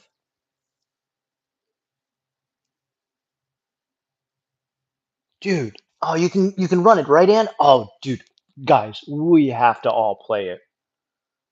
We have to play it, and we need to go through like the entire campaign together. Like it's I haven't played everything, and like the campaigns actually do change like as you play it because like I said, it's procedurally generated. I've only I played one of the first adventures, and I loved it so much that I was like, I need to stop playing this until I have friends who will play it with me, which is kind of sad now that I say it back to myself like that. And I was about to get to play it with Dan Lee for a while, but unfortunately, like something happened. I think he like got married or something, something inconsequential like that. No, I'm joking. Like he did actually start to get ready for like getting married and stuff, and so he was like super busy. Um, and then I was like constantly like in a transition of like trying to find a house, living with my parents, so I knew I couldn't play with anybody then because I don't want to be loud at my parents' house. You have to be so quiet at my parents' house. I love my mom and dad, but oh my God. You definitely, even at 45 years old, I felt like, well, I was 44 when I was living with them. When I first got back to America, it's like they didn't treat me like a little kid, but I kind of felt like I had to follow like little kid rules. Like when when they were going to bed, they're like, "All right, guys, don't stay up any later." Like to me and my son, we're like, "Okay." And so we'd have to like go off to the bedroom and like try to be as quiet as we could playing video games. It's like, damn, it sucks. All right, that's awesome. Azus Vivid Book.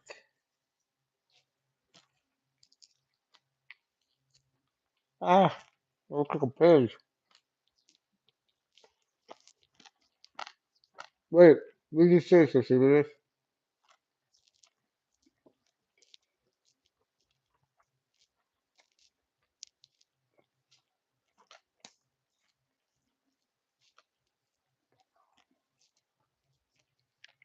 You ordered makeup and fake nails. Why don't you order real nails?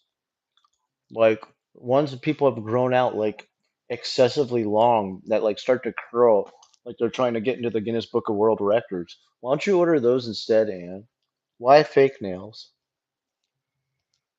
I'm being like completely sarcastic. Oh shoot, yeah. The way chat is on this kind of sucks. Hold on, hold on. Let me see what I missed, Rustavius. Is it not my internet? You back?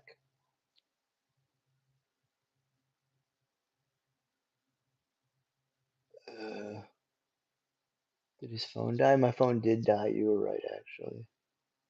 Aim for the torso. Oh, wait, was my neighbor? What did I miss? What did you say? That? Oh, you talking about my old unrested rap song that was like straight trash? Oh God. Um. Yeah. Sorry. I'll be. Plus, I'm not just missing comments. I'm just kind of like I'm missing comments because the scroll's a little bit weird for the vertical thing, and also just my brain is dead. I've worked too long. I'm too late.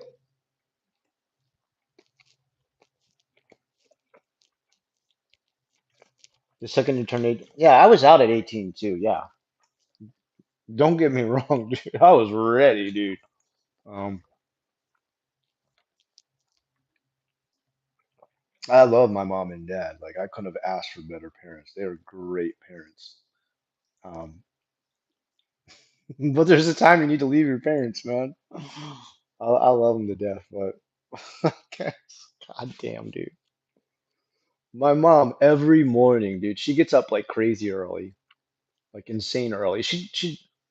She doesn't have like proper sleep. Like she keeps waking up through the night. And when she wakes up through the night, it's like fucking Shrek is punching the inside of my house. Like I, I think it's because she's like lost a lot of her hearing just from old age that she doesn't understand how loud she's opening and shutting things like um the cupboard or like pantry doors to like the kitchen, and it's just like you're sleeping, and then someone starts firing a shotgun in the room next to you when she wakes up. Man, she has. I don't think she has any idea though. I don't think she understands like how loud. God damn, dude. Um,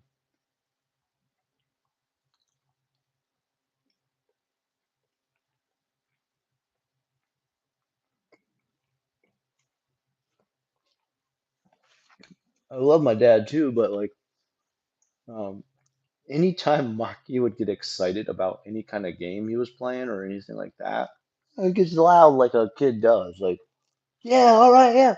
Or, like yell at the game, like, yeah, this guy's cheating, he sucks. Like, but when he would do it, like my dad would get angry, like so fast. He'd be like, too loud, it's too loud. And it's just a kid, man. Um, I think because like they're really up there in age now. Like, my dad's 78, my mom's 73, and I think they're really like their house is super quiet. So I think they're like really used to that now. And like so having Maki and I live there was just like too loud. Like they never like yelled at us, got angry at us, or like told us you need to leave, you're too loud or anything. They were absolutely the best loving grandparents slash parents ever. My mom's cooking for me every night. I could not be more thankful for it. She is a great cook unless she tries to make like a fucking vegan burger or tacos. Well, this is the worst meals I've ever eaten in my life. I love everything else she makes is incredible. Whenever she sticks to like Germanic type foods, like she's an incredible cook. Like she knocks it out of the park. But every time she tries to experiment, man, like mom, stop. Just go back to what you know, dude. Oh my God, she made a vegan burger one night. Oh my God, it was like eating straight dirt off the ground. What she was trying to do. I love him, but oh my gosh, never to return. I hear you now. Eating jerky and Pocky right now, like together simultaneously, like you're pushing a Pocky and a beef jerky into your mouth at the same time. That is quite the combination, son Wolfie. Goodness. I always think about that whenever someone says like I grew my nails out really long. I'm like Guinness level long.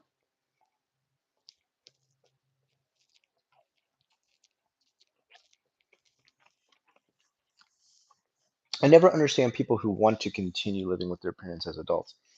I think financially these days, I understand why some like a lot of people are because like financially the housing market is fucking bananas.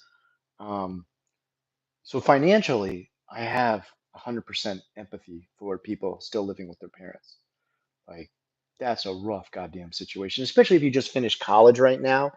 You're a 20 something getting told by every job you interview for, like, well, we'd really like to have somebody with more experience. Like, how the fuck will I ever get experience if you never hire me?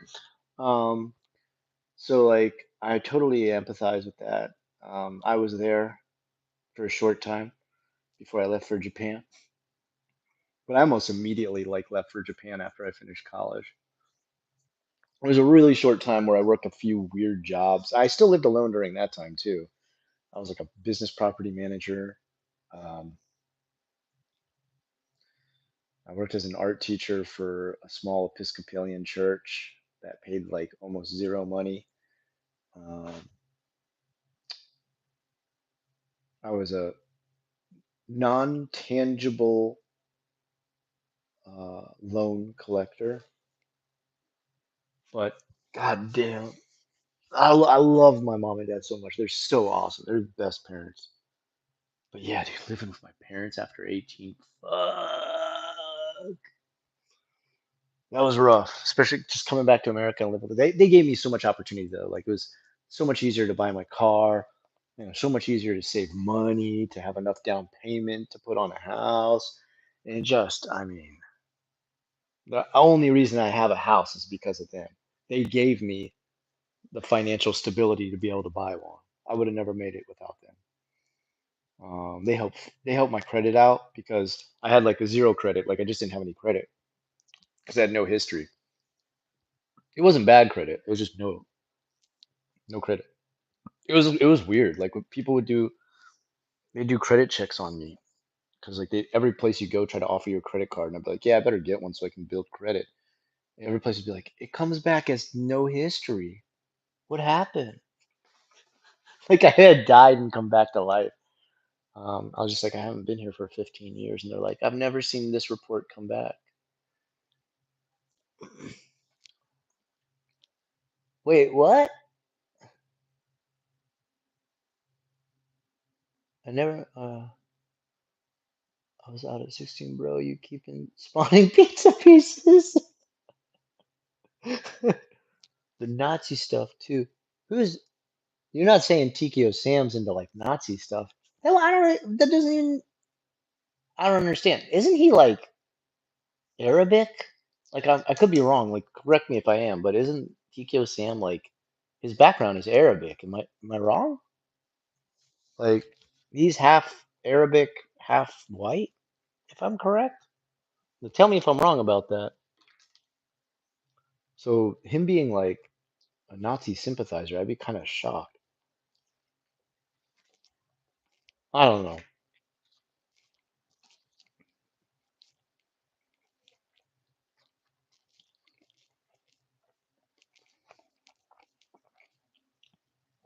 Oh wait, you're talking about Kanye? Oh yeah, Kanye West. I don't know, man. Like part of me feels really bad for that guy. Like he's just kind of,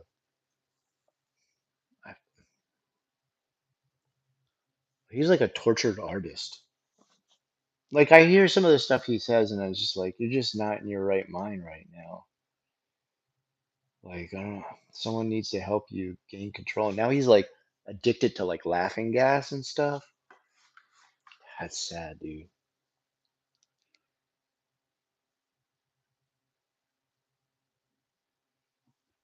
Uh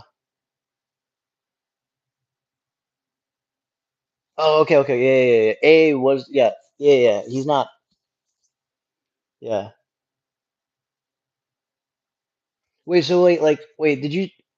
Sorry, like I got cut in between streams, so I'm sorry, like if I missed it. Did you say like who he's following and stuff? Like, is he really following people who are like Nazi level supremacists and stuff? Like, I mean, I'm not 100% doubting you, but I'd be fucking shocked. Like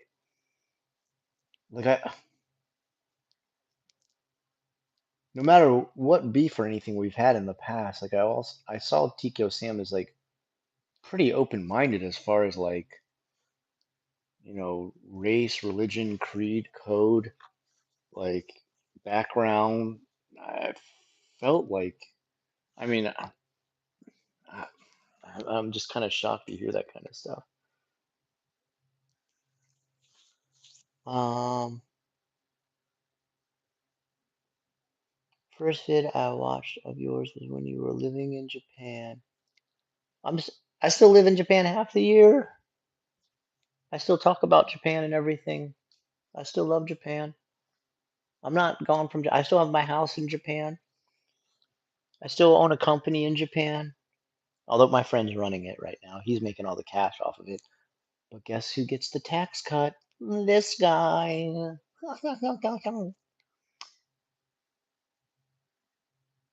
Wait. Oh, what? There's like a. So,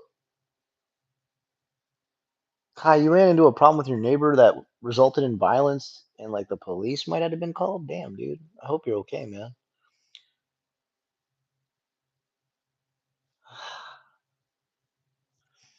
Yeah, Sam's kind of a low IQ edgelord. I wouldn't put too much stake in any opinion. I don't know, man. Like when you get to know Sam, like there's some ideas he has that are like really good. Like as far as like not giving a shit about what people think about you. Like he has some like nuggets of wisdom in there where it's like I get it, and you know what? You're right. Like, you shouldn't let other people's opinion of you shape who you are. Um, and he has said some stuff to me before where I'm like, damn, that's a fucking really good point. Um, but I think who we were talking the other day on here, and someone said, um, there's people who don't understand like when it's the right time to say stuff, or like they can't read the room. I think that's what it was. And someone said, "You mean like PKO Sam?" And I think that's kind of the problem he runs into sometimes is like there is being your own self and not giving a fuck and um like never letting um conformity change you, shape you, and alter who you are as a person. And I really respect that. Having coming from like a real punk rock skater kid, hardcore. When I say hardcore, I mean hardcore music. I'm not hardcore, like death metal type background and stuff. I always really looked up to that like sense of nonconformity, and a lot of me still follows through with that today. I'm still kind of uncouth as far as like how I look compared to my fellow peers. My hair's weird for my age. I'm inked up more than anybody at my job. I don't dress too crazy like I used to. I used to dress fucking weird. Um, but I feel like there's a way to reach this sort of hybrid evolution of being who you are, reading the room, and understanding how to be both witty yet polite with your reaction and your persona. Um, and it took me, you know, my whole life to come up with that, to understand how I can be as professional and polite as possible while not losing who I am. Um, and that may still be a struggle for him. I don't know. I mean, if you're actually right about like him being into like Nazis and white supremacists, like what? What? I don't know. I'm just kind of shocked. I had that happen to me with the credit stuff after living in Japan for 8 years from 22. Yeah, when you came back to the US, right? They're like, "What is wrong with you? Like, why did you not you know use money, no never." They were like, "You has a social security number, but who are you?" Yeah, okay, like Aaron, when I asked FEMA for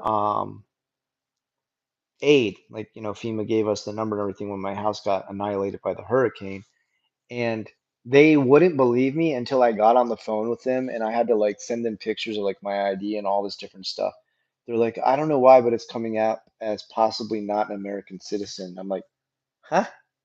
And they're like, yeah, that's why you can't complete the online form. I'm like, I'm still an American citizen. I said, I still got my passport, I got my driver's license, I got my social security number, I've got a birth certificate. I'm like, what do you need? And she's like, I don't know. I've never seen this. She's like, I gotta ask my manager. And she's like, all right, I guess now that you're talking to us one on one and you've like sent us your ID pictures and everything like that, you're in the clear. But that's usually, she's like, that's usually not like red tape that shows up when trying to complete these forms. And it's just like, I promise I'm still me? Thomas Sewell. I don't know this name. All right. Hold on. Hold on. Now I gotta investigate. Give me a second. Um,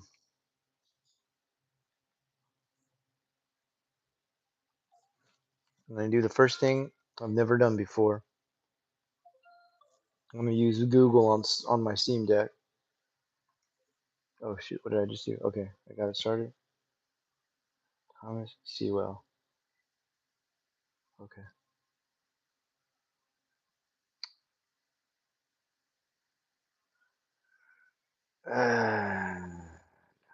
Okay. Okay, stop. Got it. Let me just freaking use it. Okay. Um, Give me a second. It's my first time using Google. Um, SE. How do you spell that? Oh, there it is.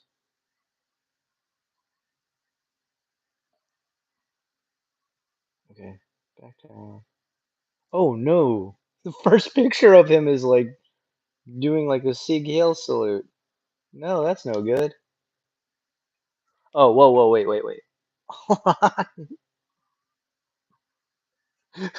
Dude, something really funny happened as I started to look this up. I typed in the right name, Sewell, spelled Sewell.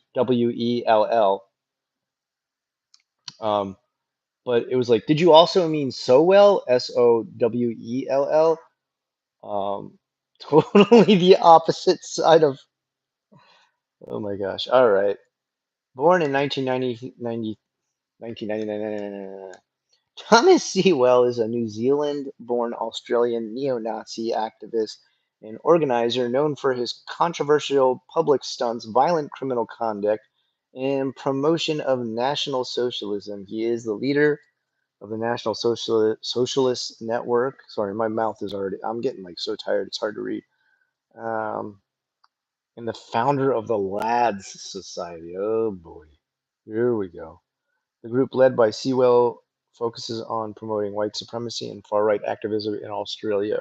How can, wh- but how? But like, I don't get it. Like, okay, all right.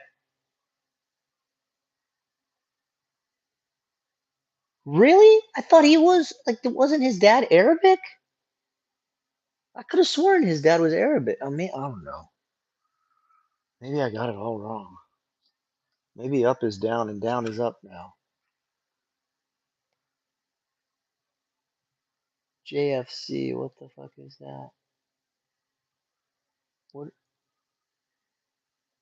Oh, Jesus fucking Christ. That's what that means. Just extreme annoyance. Sam seems so cool until you dig deeper into him more.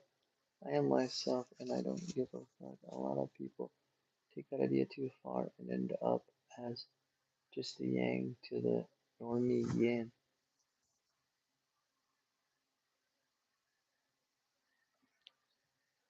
I He always ends his streams with "Stay black." Yeah, but I know he does say that. I know he says "Stay black."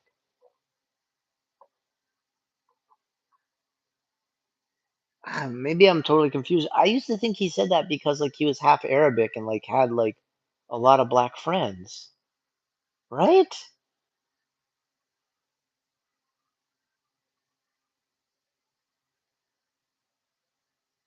I'm so confused. Alt is an overreaction. We all have moments where we don't read the room right, but oh, the other hand, you need to learn to read the room. It's very important. Yeah, I mean, like, I, I am not um, the most aware person ever. In fact, some might say I'm very unaware of like what people are thinking, or like definitely my wife has pointed out stuff to me before where she's like, oh, this guy's kind of shady over here, and this guy's actually a good dude, so you should really pay attention. And be like, what? I thought they're both good dudes. And then like later, something happens where I'm like, holy shit, how did my wife see this like from 100 miles away? And she's like, well, it's just like things that they do when you're talking to them, and like their reaction to stuff like this. It's obvious like they're a shady person, and I'm just like, oh my god, I don't pick up on any kind of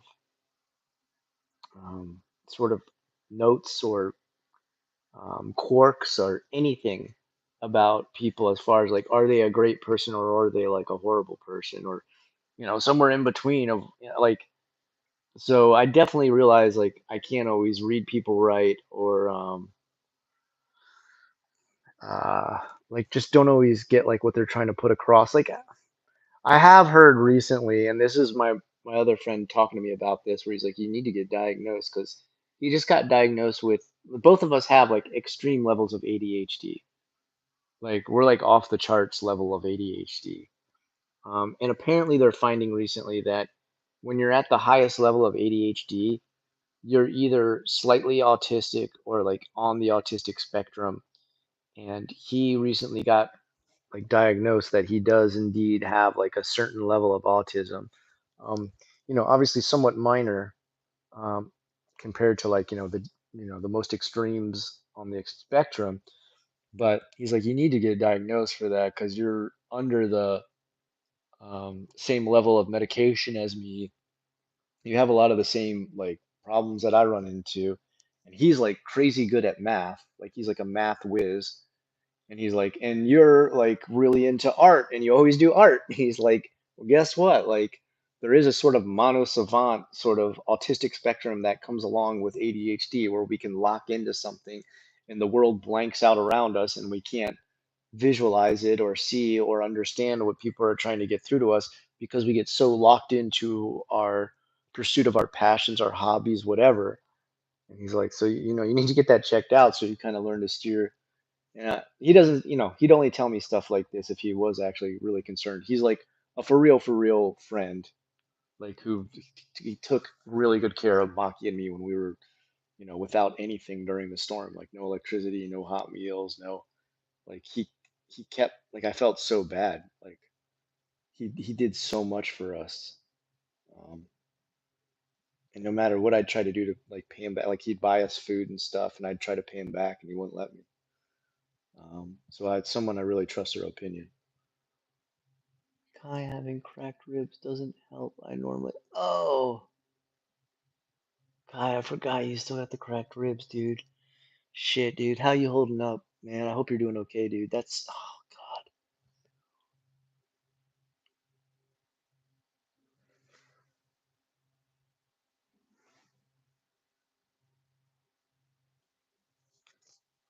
It is.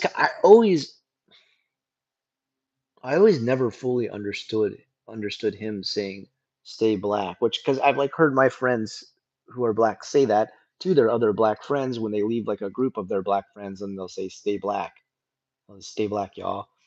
Um,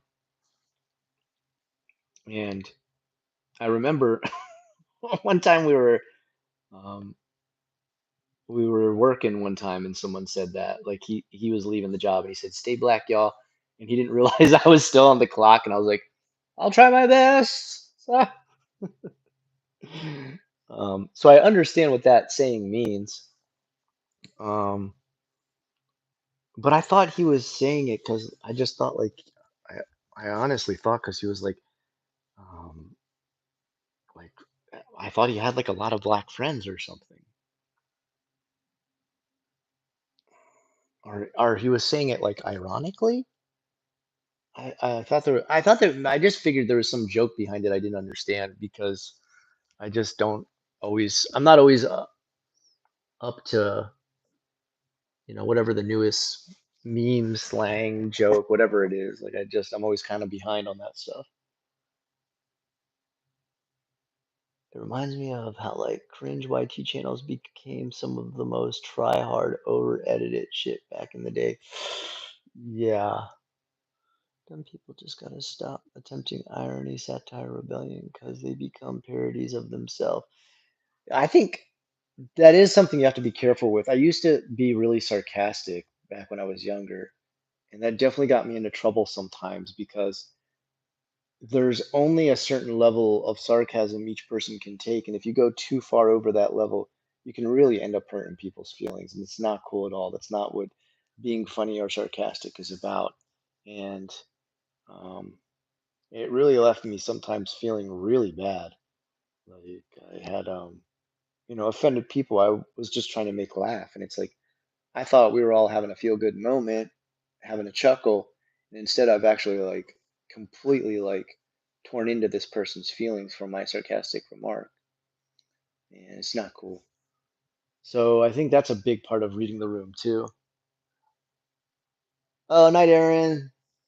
Thanks for hanging out with us for so long. I know you got to be tired. I thought I missed when I slipped on the ice and hit my head 37 times. I had an excuse. Minor autism, aka being an interesting person. I gotta go. The ribs will heal. Pain is an illusion that really hurts. I'm sorry, Kai, dude. Man, I hope you feel better, dude. That's gotta be so rough.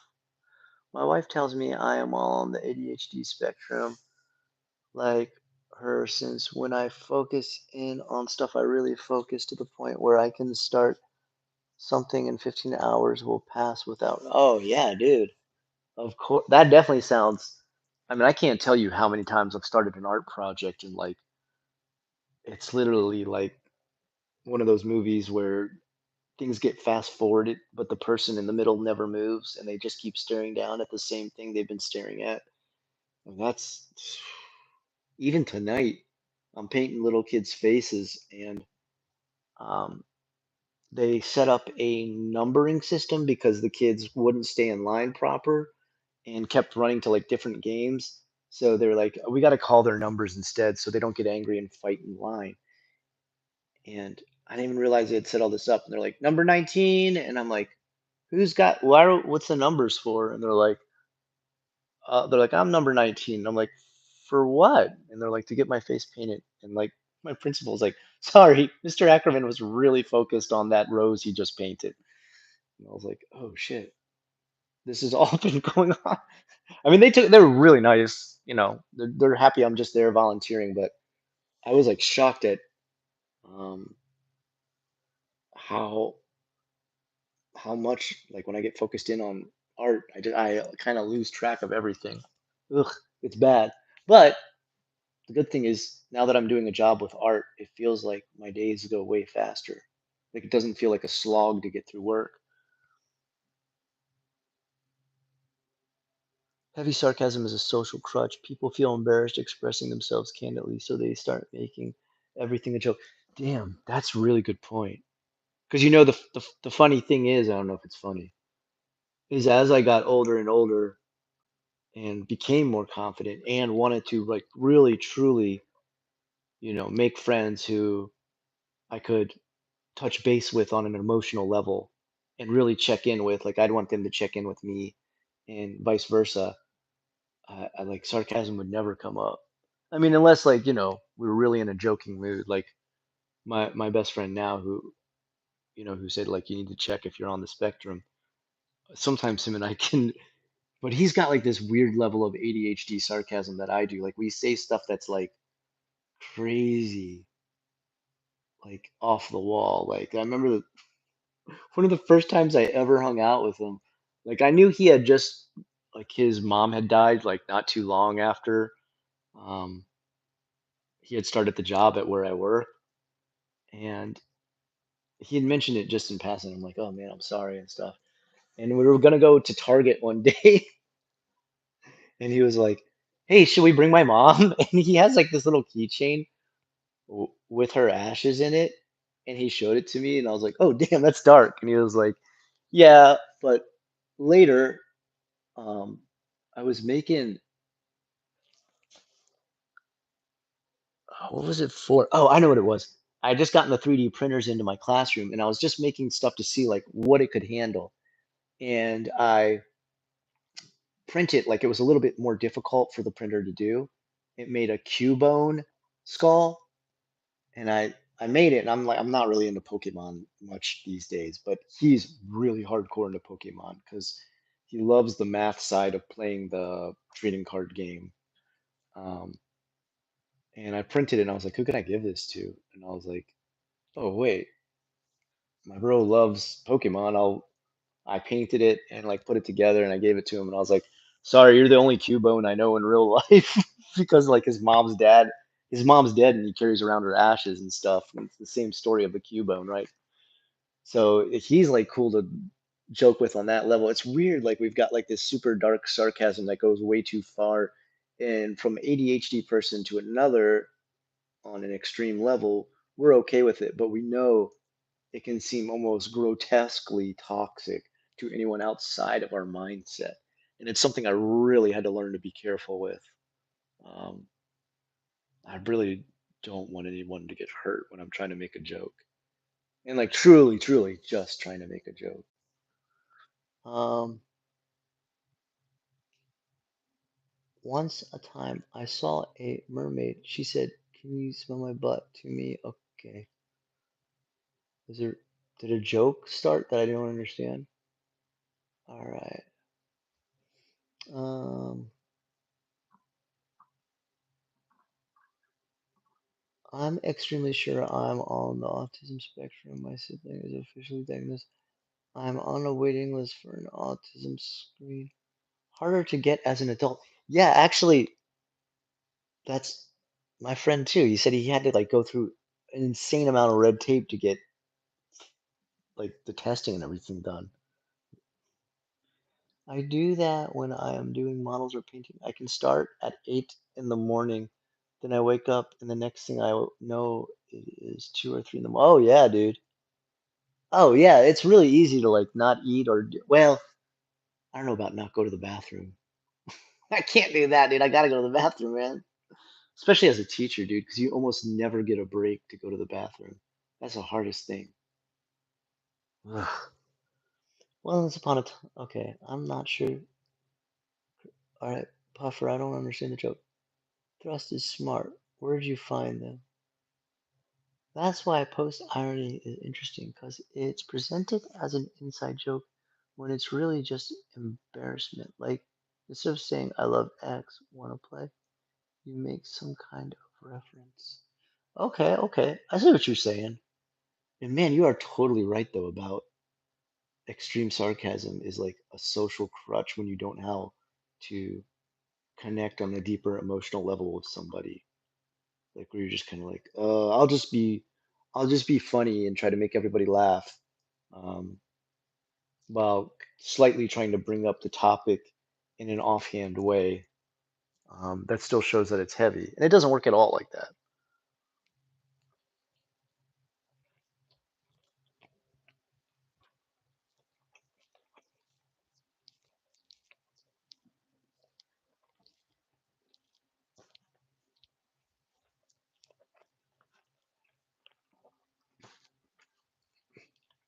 We had a fake planned fight, and then it turned real. The last time I really had a long talk with Sam was during the time when um, there was the Hanami party in Tokyo, right?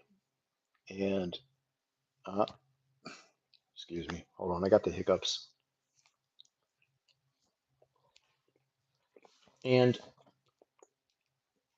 um, what's his name? I want to say his name is Zach. I might have his name wrong. Was it Zach? Damn, dude.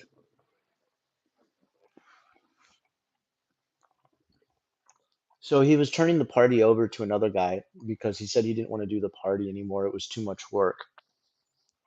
And so that guy and me were um, helping out each other for planning the parties in Osaka and Tokyo.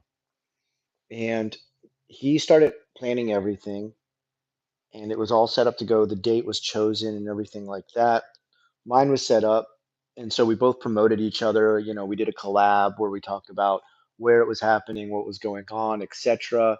You know, we wanted to let everybody know that you're invited, whether or not you're a J vlogger or not. We always That's always really hard to sometimes get across is like everybody's invited. Like you don't need to be a YouTuber. We just want to hang out. Like don't feel like you need to be any kind of like somebody special or somebody known. It's more about trying to meet as many people as we can. And I think sometimes people don't realize like we want Japanese people to come too. It's like it's not, hey Gaijin, this is Gaijin only. No, no, no, no. We want to open it up. And um,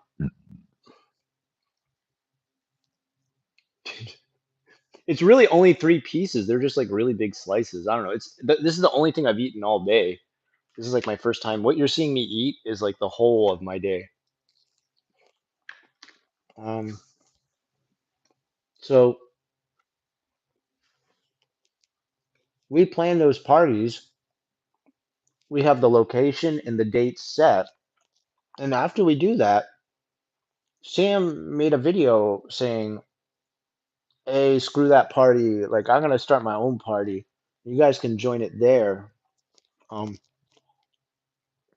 And of course, like everybody's kind of shocked, like what? Like you turned the party over to this guy. Like he even made a video where he like said officially like I'm turning it over to him. And that guy who took it over was like really happy that he got to take it over. And he's still to this day continued to plan the parties. Even extra parties on top of it. Like there's a beach party he does and everything too. And he still lives in Japan too. Good dude. Um, and I don't know what it was exactly. I don't know why he decided to do this, but he started planning a second party outside of ours and calling it like the real Hanami party. This is what the real one is. And it, of course, like the other guy was like angry, like super angry and like pissed off. Hold on, the screen's gonna go black for just a second. Let me just. I'm back. I'm back. I'm here. So Zach is planning his half of the party. Um, for Tokyo because he lives in Tokyo, right? I live in Osaka. I've done it almost every year. I think the first time it was actually done though, Busan Kevin was the first one to host it, and he did an excellent job. Um, so Zach announces the date, and then Sam says, "That's not the real party. I'm doing the real one. Like, if you guys really want to go to like a for real party, like you need to go to my party." And he had it competing with the same day that Zach was having his, and rightfully so. Zach's like pissed. He's like pissed and sad and like really taken aback and kind of like I think he just really felt hurt. Like he really took pride in the fact that Tikio Sam, a much bigger YouTuber than him, had handed this honor down to him. Um, and when Sam decided he was going to take it back without letting anybody know, it was a massive kind of blowout fight in the community. Um, I probably should have, I don't know. I say I should have stayed silent, but Zach's my friend and I wanted to stand up for him. Um, So I said, like, this isn't cool. Like the party Zach announced is the official party.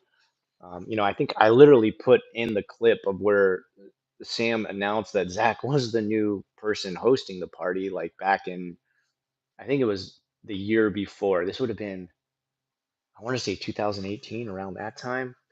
And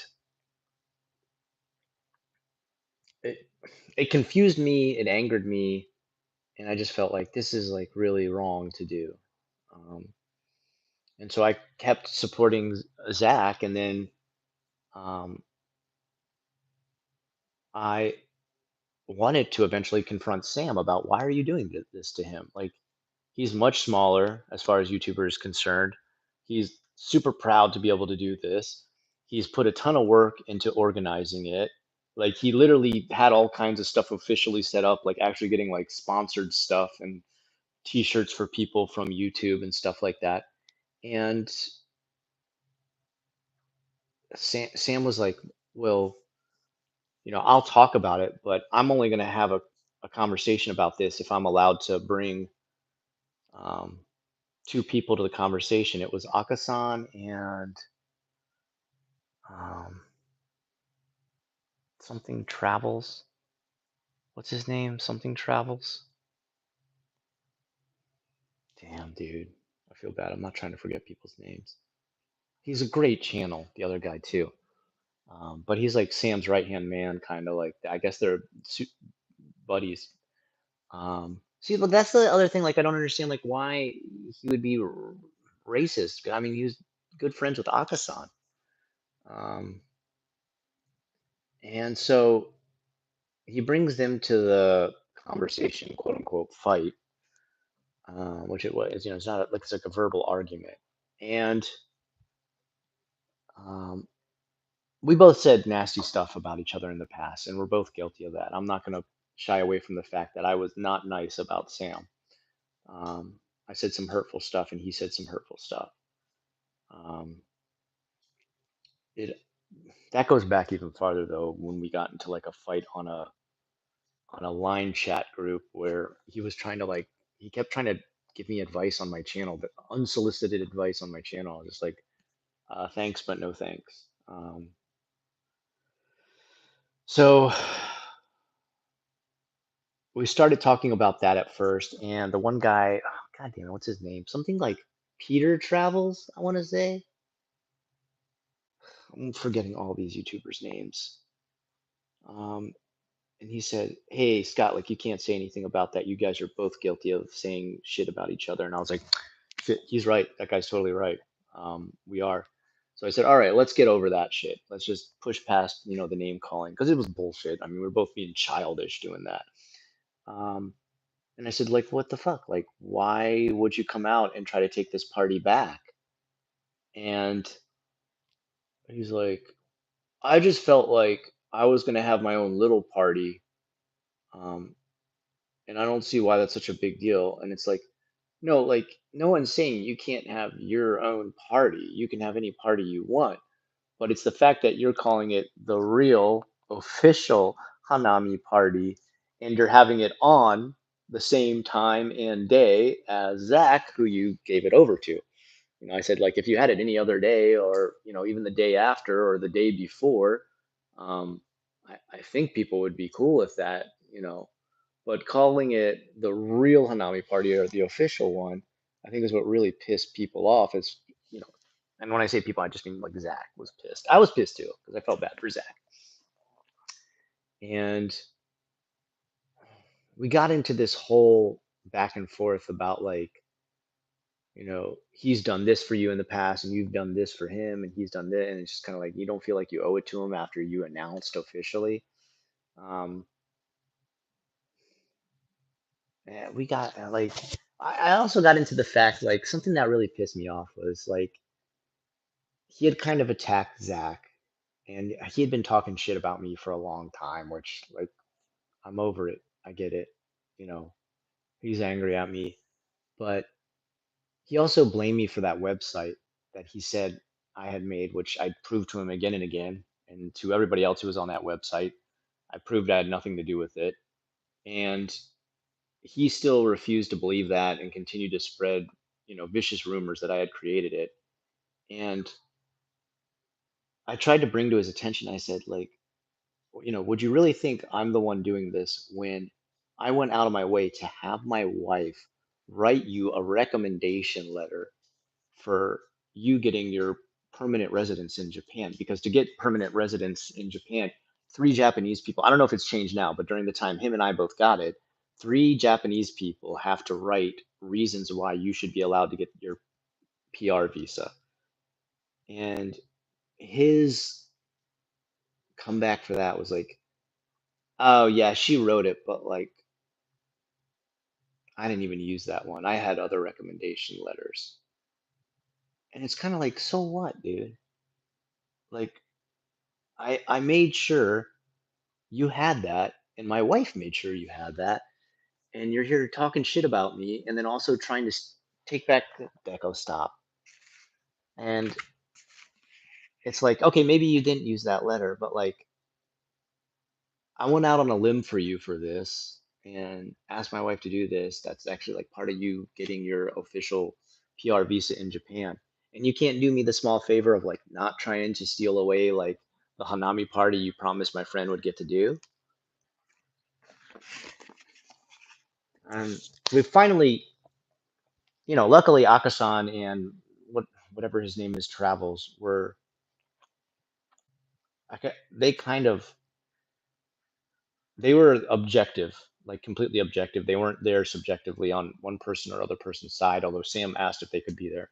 And even they kind of stepped in and were like, I mean, yeah, Sam, like you did officially say it. It was recorded on video. You literally did hand it down. And he was like, yeah, you know what? You're right. You're right. It's fine. I shouldn't have done that, and that wasn't cool.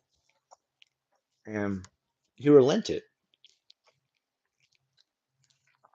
But then after that, he like went right back to like talking trash about Zach, like trying to tear down the party, and like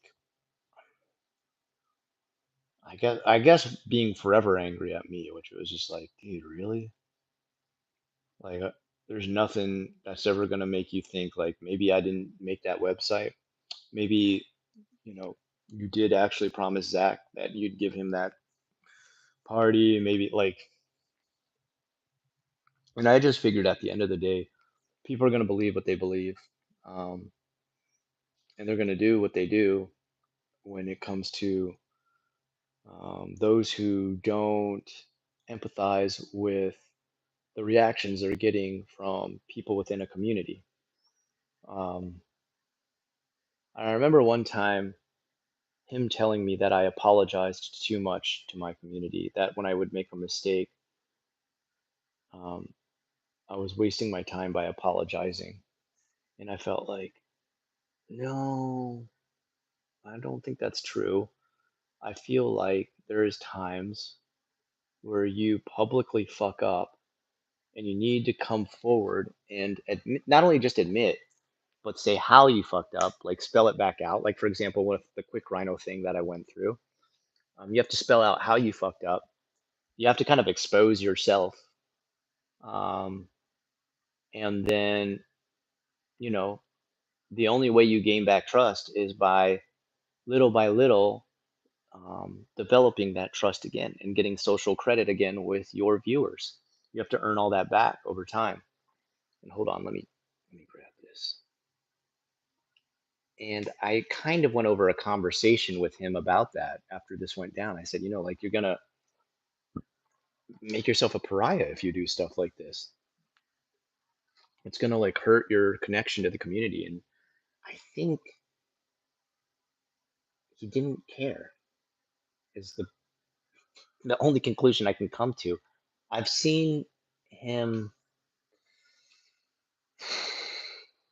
connect with, collab with, and communicate with a lot of people in the JVlog community, and then burn the bridge like not too long after. And it's for things that you're just kind of like, really? Like that? Um, and I don't know what that comes from other than people who have no. Shoot, my headphone's about to die. Hold on. Other people I've seen do that in the past tend to come to from a background. Oh man, I better move this pizza or he's gonna try and eat it. Where like chaos kind of um, really encompassed their life, and because of that, that became like their comfort place. Like that felt like home to them. So they would create the scenario over and over again, even if it made everything in their life chaos again. And I'm not saying that's an excuse, but I am saying probably that plays a big role in his life where he perhaps came from a chaotic background, feels comfortable in that, and tends to recreate that over and over again. Because we do that like to make ourselves comfortable, to like kind of get back to that like place of where we feel like we're at what is considered home to us emotionally. And I just figured like how do you help? How do you connect? How do you get past that? And that is on that person to do something like that, to like get past that point, to evolve beyond that. It takes a lot of work mentally.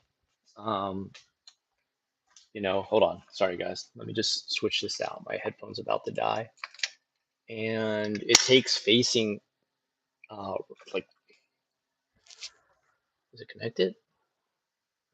It takes facing like demons, like for real, like your deepest, darkest demons, and like admitting a lot of what's put a chip on your shoulder. And we all have it. Like we all have damage.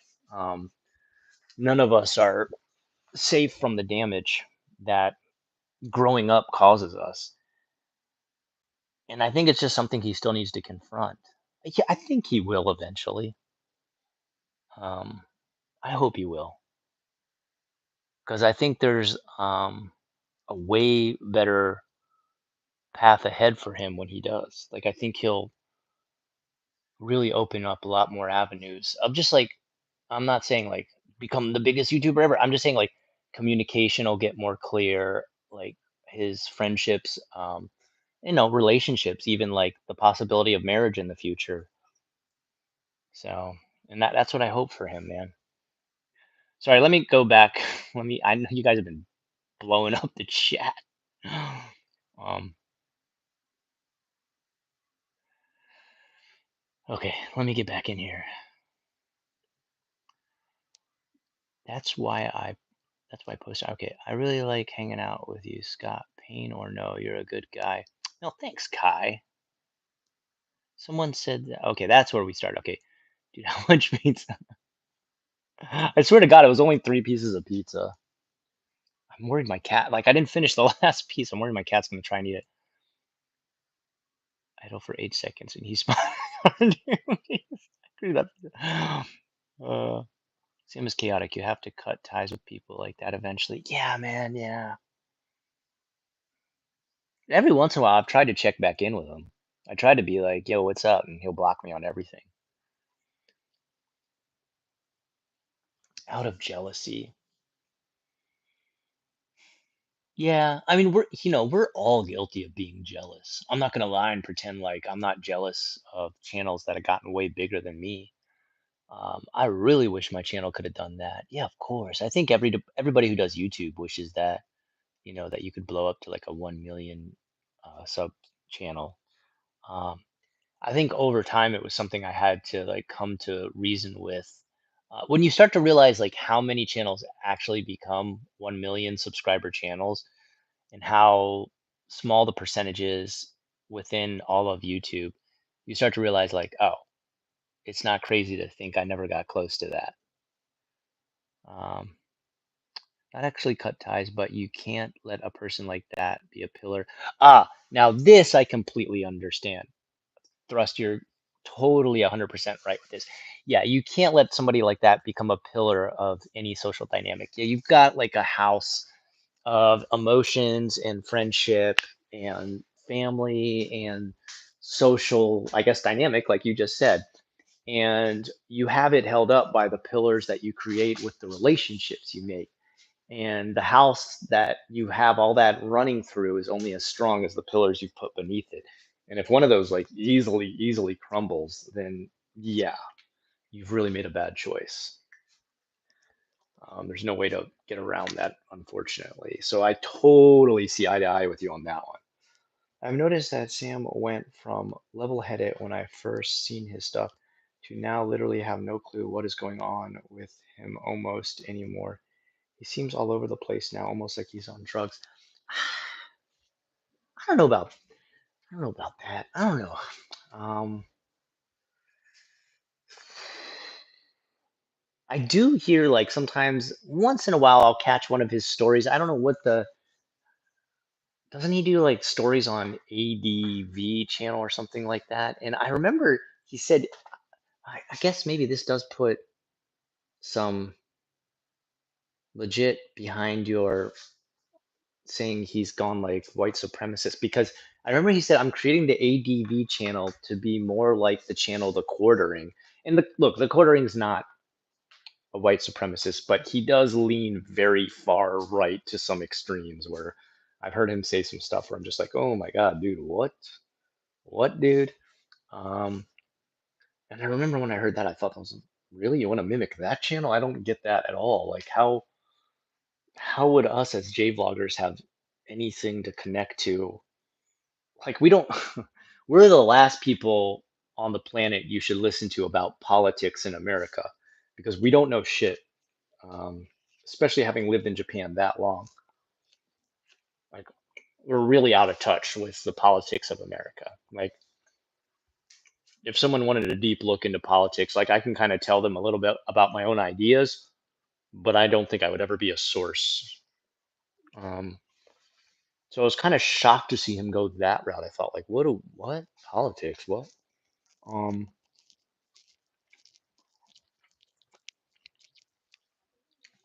he's not a bad dude. He's just young, loud, and scatterbrained. Will to overexpress. I mean, that is being loud is kind of his personality, which, I've met people who are loud, like you, that are like, that's just who they are. Um, and again, this usually comes from a background of like their house was loud, so like they're just used to it, and it's not always like a negative thing. They may just be like boisterous. I think it's being loud with things that can sometimes be like extremely offensive, and then later when you see a lash back from that, asking people why they're so upset because it's a joke, and it's like, mm, whether you wanted it to be received as a joke or your intention was for it to joke, perception is reality. And for a lot of people's reality, you've just said something that's kind of a showstopper. And either number one, you need to retract it and say, like, I went too far, or you need to explain it without using comedy as the answer. Because if there's one thing I've learned as far as watching comedians, those who say offensive stuff and get away with it, and those who say offensive stuff and get booed off stage, it's that the ones who've said it make it so funny that there's no question about whether or not it's a joke. The way they've delivered it or how good the joke is so good that you're like, okay, this can't be their actual opinion because they've just made one of the best jokes I've ever heard from it. Like for example, what's her face? Okay, the one who she she pretty much got canceled because she showed herself with a picture of Donald Trump's head like cut off, and she's like holding his head as a prop. And it's, I get it. I understand what she's saying. She doesn't like Donald Trump, right? That's fine for her to have that opinion. But her excuse was that it was a joke. And it's like, but what's the joke? Right? Like, I'm not a massive Trump fan, but I also understand and would never do something like holding a person's head and be like, look, funny, right? You guys don't like him. Look, this is his head.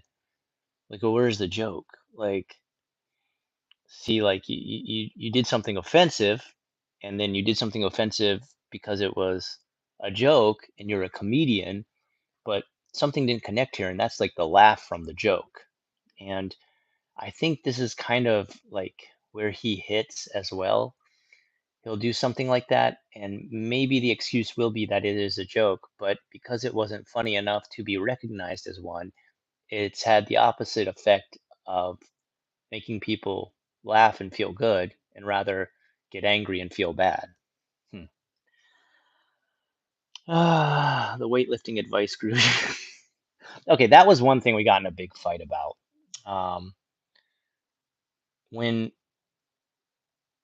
I was in that group and we really had our first like serious breakdown in communication. He invited me into it, and it was a bunch of J vloggers, and we were all just talking. And he started saying stuff like, "You got," I forget what he was saying. Like he said, "Your channel's at," um, I think it was at like 58,000 or something like that at the time. And he said, "If you ever want to get to be like a 100K channel, you need to start doing this and this." And I said, "Oh, okay, thanks." And he's like, don't be like pissed off about it. I'm just telling you how to become a better channel. Like right now you're slacking on this and this. And he was somewhere around like 30,000 at the time or something. I said, okay, thanks." And look, this was like me and I shouldn't have done this. I said something like, if I ever want my subs to cut in half and become a 30,000 channel, I'll definitely follow that advice.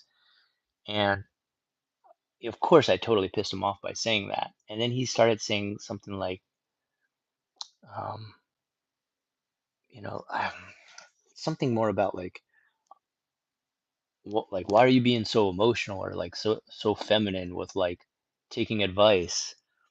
And I said, it's not that I don't want to take advice, it's that the source I'm getting it from isn't valued.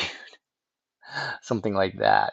And he said one more thing like, "Oh, if you just did this and this instead of what you do now, it'd be way better." And I said, "Thanks, I'll add that advice to the same weightlifting advice you give, or like something like the same workout advice you give."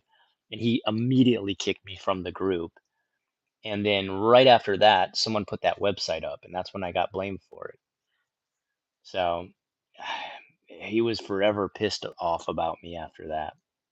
And the thing that pissed me off the most was not only did he immediately blame me for that website that went up, he called my wife and told her he was gonna sue her, like sue me. He was like, "You better tell your husband to take that down, or I'm gonna sue him." She's like, "What are you talk?" Like both of us didn't know what he was talking about, and she's like, "What are you talking about?"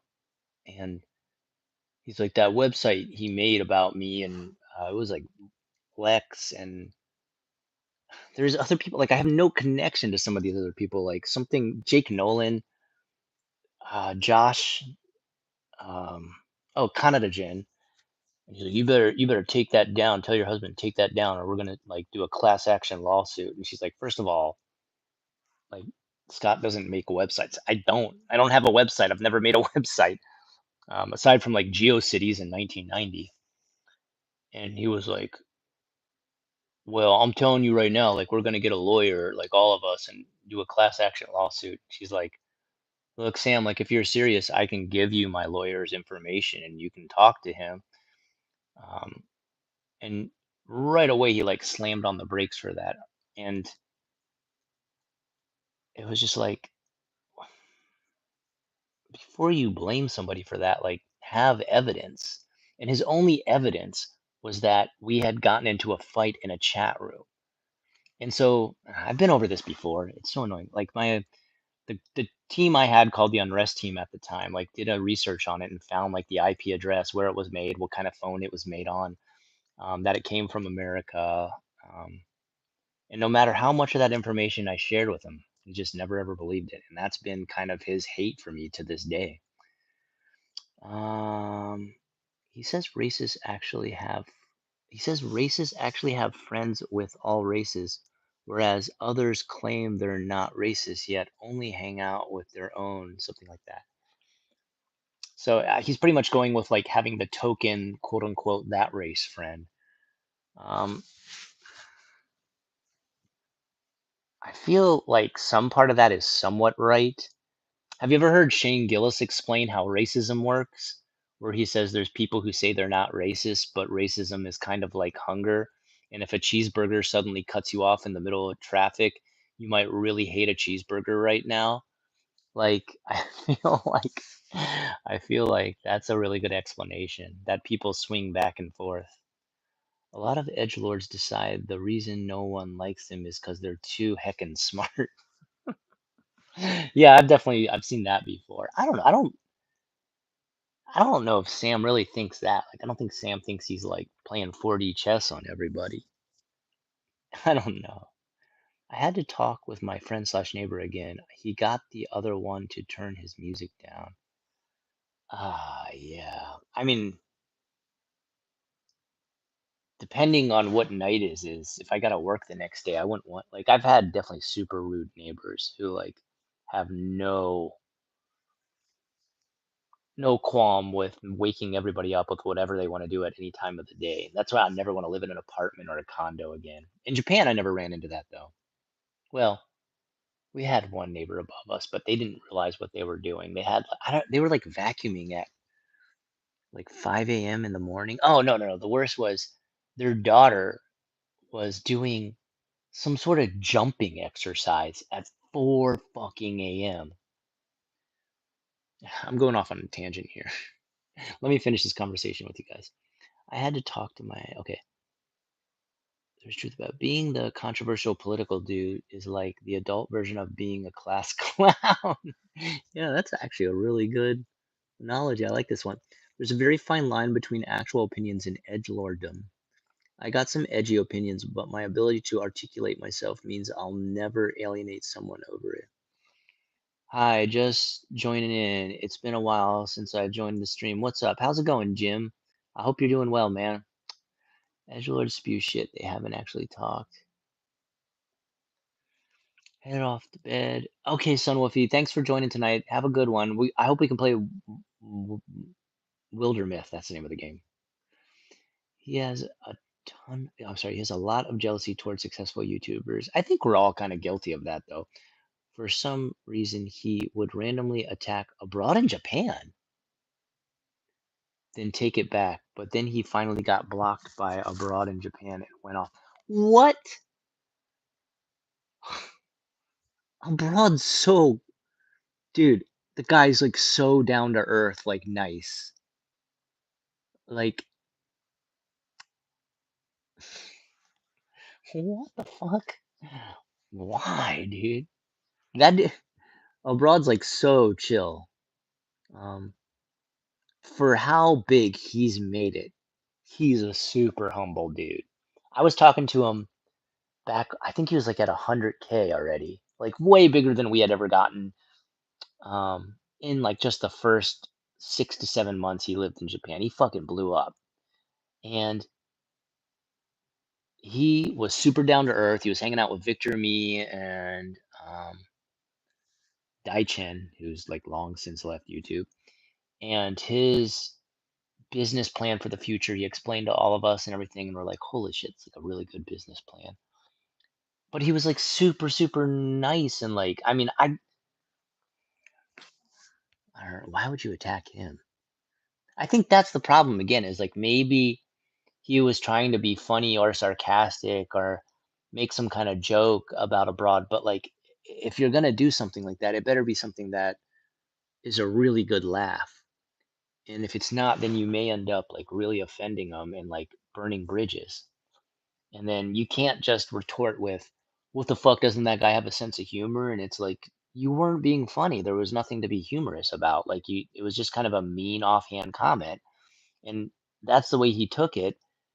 And if you really, really, really did mean for it to only be funny, then you need to go and apologize to him for being offensive and not funny instead. And like I said, me in the past, when I was much younger, this is like around my 20s when I started my first jobs and stuff. I had to really like reel that in. I had to like really kind of chill out on being sarcastic at the job because there were times I didn't get like official complaints, but I remember I had a manager talk to me one time. It was like sometimes people have asked me about like why you're so sarcastic. Like um, I forget what it was. He's like, maybe just chill out on that stuff. And I was like, oh shit. Like that really was kind of like a slap in the face of like, dude, what the fuck are you doing? Like, get more professional when you're at the job. Um, I didn't take it as like, well, fuck them. They don't have a sense of humor. um, yeah, a mill is good, but in exchange, you don't really get to interact with your chat or people as much since your chat is scrolling like a million. Yeah, yeah, you're right, Eric. That's true. I feel so honored to have the connection I have to my audience. The longer I've been a YouTuber and the longer I've seen people stick with me, not only is it like mind blowing to me, it's such an honor. Like I can't describe it enough of like how it feels blessed or lucky or what, especially after I came back after all the years that I was away. I was away for 2 years and people still stuck with me. I was away again when I made the move to America, and then people were just still there and still showing up even in chat saying I've been with you for 15 years, and it's just what a fucking honor, dude. It doesn't get any better than that. And I don't think I would trade that to have a million subscribers. I think what I have now is definitely in the long run, like I'll be able to do YouTube until like I get to stick with these like 1,000 to 2,000 people who show up for every video. I'll fucking live a really good life on YouTube. Ah, Dave Chappelle. Jim just shouts, Dave Chappelle. All right. Dave Chappelle's really funny. Some weird shit happened, so I cast a protection spell. That's good, Kai.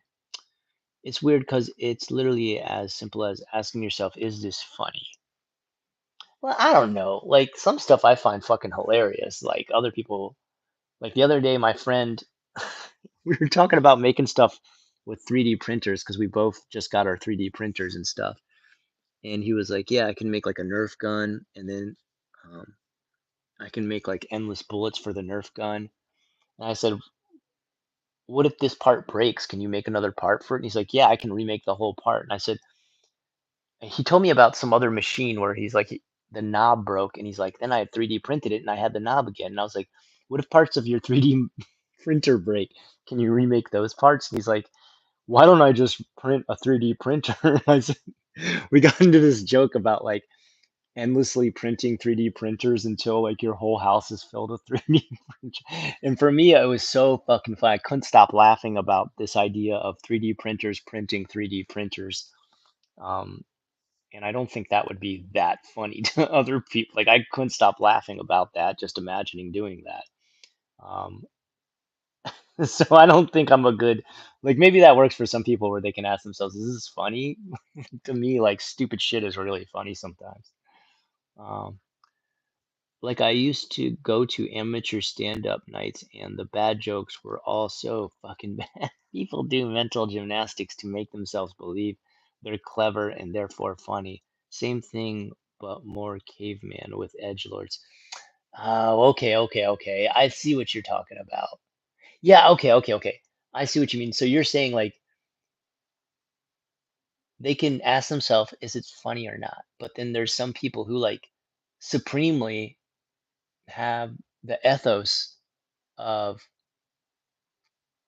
thinking I am a comedian. I'm fucking hilarious. Like my thing, my thing is making jokes. So when I say something that's supposed to be funny, it's not about checking in on whether or not it is actually funny. It's that I'm a comedian and I've made a joke, therefore funny.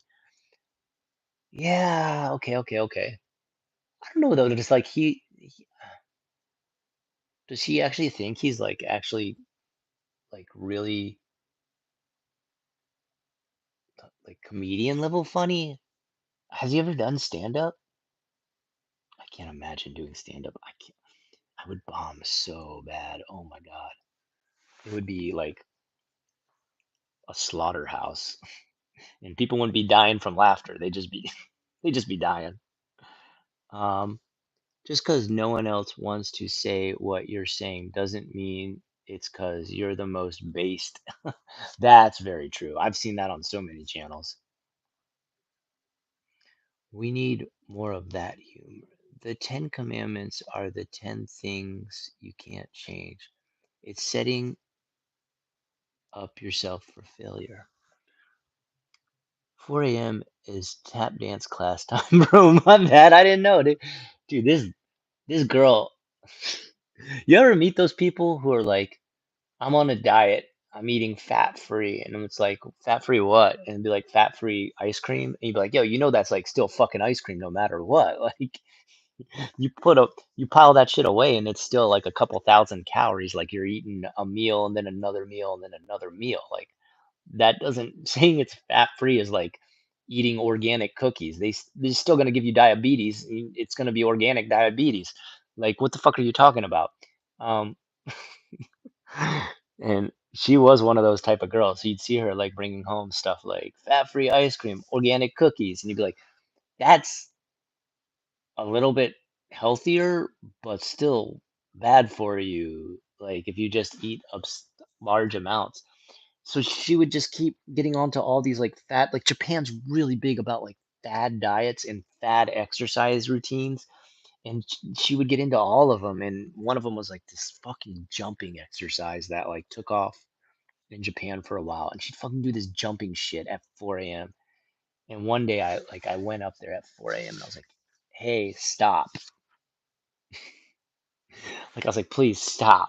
It's 4 a.m. Like I said, please just wait till later to do this. It's 4 a.m. I just want to sleep. And she's like, do what? And I'm like, the jumping exercise. And she's like, who are you? And I'm like, the guy who lives downstairs. And she was like, who? Like she kept saying who, and I'd be like, I live below you. I'm the guy who lives below you. And she's just like, no answer after that. So I went back down, and then later, later her mom came by and was like, she finally realized what you meant. Like, and she's like, I explained to her like, you're doing jumping exercises, right? And she's like, yeah. And look, because she had complained to her mom. She's like, this guy from downstairs came up and told me to like stop stop doing exercise. It's so mean." And she's like, "What time are you fucking doing them?" Because I guess like her parents were on like a business trip or something.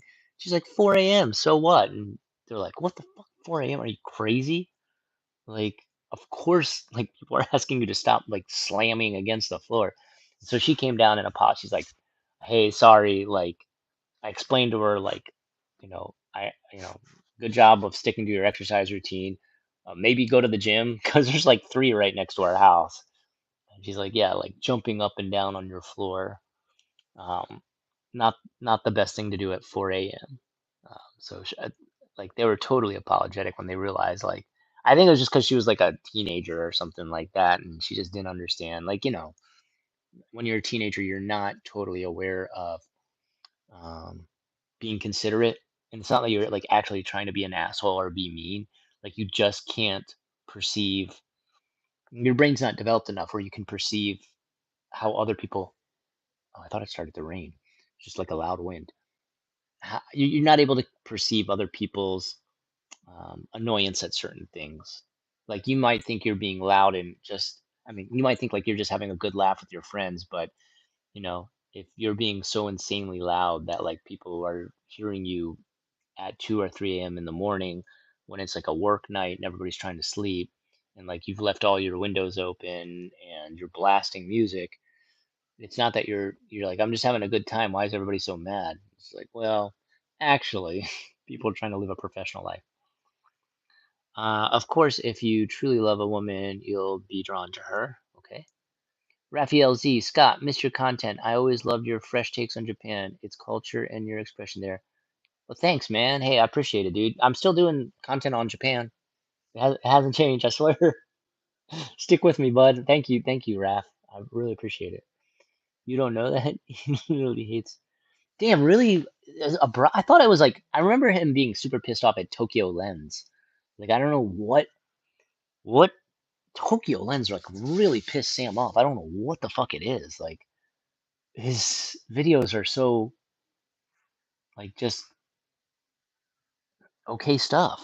Like it seems to be every video is like the smallest apartment in Japan. Like every time I think of Tokyo Lens, I think like eventually he's just gonna film a capsule hotel.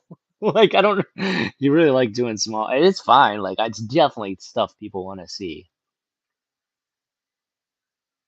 Scott Unrested hit 100K subs, bro. Yeah, I did. Um, but I fucked it all up. I fucked it all up. It took 2 years off and lost like shitloads of subs. I remember you were pretty hard stuck around 70, 80K for a while, so that felt like shit was such a. Yeah, dude, I got 50 around 50K, and then when I hit 70 and 80, like it felt like impossible to get any more. Dark Side of Japan docs gave that push. Yeah, that's what it was. I had to go back into those. When he blocked him, he made a special live stream about him being a filmmaker, and a lot of his fans were gassing him up. You could check, but you need to be a member to watch his live streams. Wait, who's going to be a filmmaker? Sam wants to be a filmmaker? Really? Or you mean um, abroad in Japan, right? Because like I could see abroad making films. He's I don't know if he's like technically a whiz kid when it comes to the camera. I'm not sure who's filming his stuff, but his cameraman does a pretty decent job. Um, I don't think does has Tikio Sam ever filmed anything that isn't like I mean, he's usually just like walking around and talking, or well, not walking and talking, driving his motorcycle and talking, or just filmed inside of his room. Has he ever done like a documentary style video? I'm glad you made it back online. Thanks, Raph, dude. That's really nice, man. Yeah, dude, I'm glad I did too. And you know why I am is because of viewers like you, like just giving me that kick of motivation, saying they enjoy this stuff, man. That's freaking awesome all the time. Have you and Sam met Chris from abroad in Japan? Yeah, yeah, yeah. I hung out with abroad. It was back when he was like, I mean, he was way bigger than me already, but it was back when he was small compared to what he is now. The exhibit joke, yo, dog. We heard you like 3D printers. Yeah, exactly. You get it, Eric. Thank you. I always felt that he wanted to collaborate and work with Chris, but possibly got rejected or told someone else that Chris didn't want to work with him, so he was butthurt. Dude, Chris doesn't have time. I don't think I don't think I don't think I've seen Chris collab with anyone other than like the Trash Taste people, right? Has he collabed with any other? Maybe Tokyo Lens. Has he connected with Tokyo Lens? I feel like you'd have to be really close to Chris for him to even consider the idea. I mean, let's be frank. Any of us collabing with Chris would mean us riding his coattails. None of us are ever going to be that big. Um, it's just such a niche to try and make a channel about Japan go as big as his. Like you have to really have not just a niche, but you have to be like one of the best in the niche to like get it to his level. And like he knew how to do it. Like he knew the topics, he knew it would get him there. And not only that, like he had like the dry wit. Like abroad in Japan, like really has a sense of dry wit and like comedic timing that just you kind of got to be born with it or learn it in such a way that like he has. Like his dry wit is like really on par with like comedy level wit. And he's got like a lot of charisma too. He's got charisma that we don't we're not there. I don't know how to explain it. Like we just don't have that it when it comes to charisma. And he's a good presenter.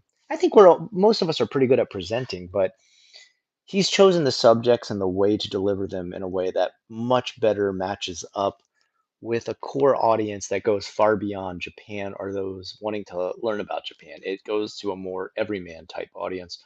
Whereas I'd say definitely my channel, and probably Sam's too, like we're too niche. We talk about Japan like people already know Japan. And while that's awesome for our audience, I think it really works out good. We kind of close ourselves off. Like, for example, I always say, like, when you're a gaijin, blah, blah, blah, blah. And, like, I say that thinking everybody already knows what gaijin is. And sometimes I talk about, like, places in Japan or things I've done in Japan, like, assuming people already know what I'm talking about. And quite frankly, I have a very educated and enthusiastic audience that do know and do care about those things so they know what I'm talking about. But I have kind of closed myself off to like becoming bigger and a more popular channel because of that. But I don't know. I'm fine. I'm fine with it. I kind of really like what I have. What is it? I always felt that. That shit's funny with diet soda. Like if you love soda so much that the solution is to alter the recipe instead of just not consuming it, you're too far gone. Yeah, no, I quit Coke. I do 10% Coke mixed with sodas. Oh man. That's awesome. Why not get a treadmill to walk on? Yeah, he hates. Yeah, why does he hate Lens so much?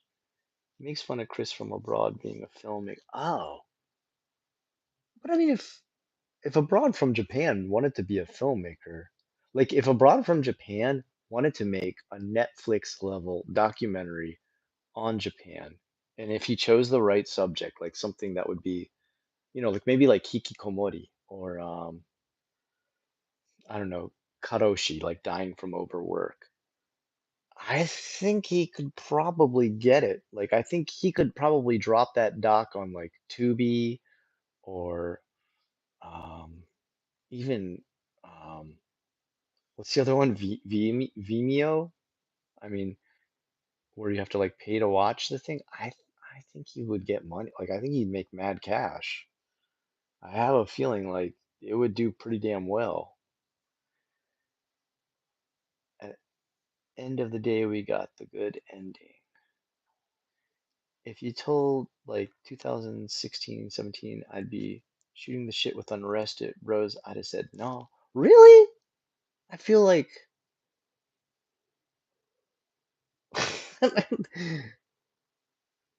I feel I feel like I'm not that exciting to talk to.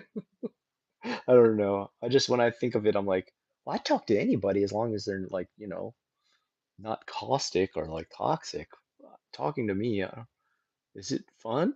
I don't know. Um, expected one of those. Yeah, it was gonna be the end. I was totally ready to end it. Like the 2-year break, I was done. I wasn't gonna do YouTube anymore. And the guy who comes on, Dan Lee, who I talk about, like we're friends. We were friends in real life before everything, and he pretty much got me to do it again. He was like, because he had tried to contact me for a really long time. Like I kind of like locked myself off from everybody. I wasn't angry or anything. I was really depressed. Like I was struggling with my business. Um, I was raising two small children. Um,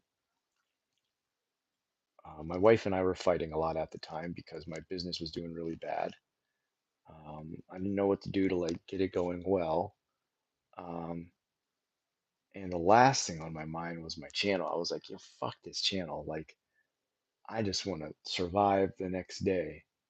And um, Dan kept trying to call me all that time, and he kept trying to message me, and I kept ignoring him because I was just like totally in a dark spot.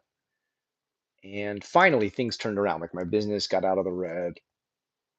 This was before COVID hit. I was doing pretty decent. Um, I probably had like 12 students at that point, which we didn't really need a lot of students at my school. It was we charged enough, or 12 was like easily enough. Um, and things, my kids got older. Like my kids got old enough that they were going to elementary school. So I mean, they just walked to elementary school in Japan. So it's like suddenly in Japan, it's so weird because like kindergarten, you have to drop them off. Like you physically have to drop them off, which of course. And that dropping them off and picking them up every day, packing their lunch, going to like their 5,000 events that they have is a ton of work on top of like working full time, running a business, making a marriage work. Um, I was on the edge, dude. And my business cleared up, things started to go better. My kids got to elementary school. I didn't have to like watch them 24/7 where they could, do stuff on their own.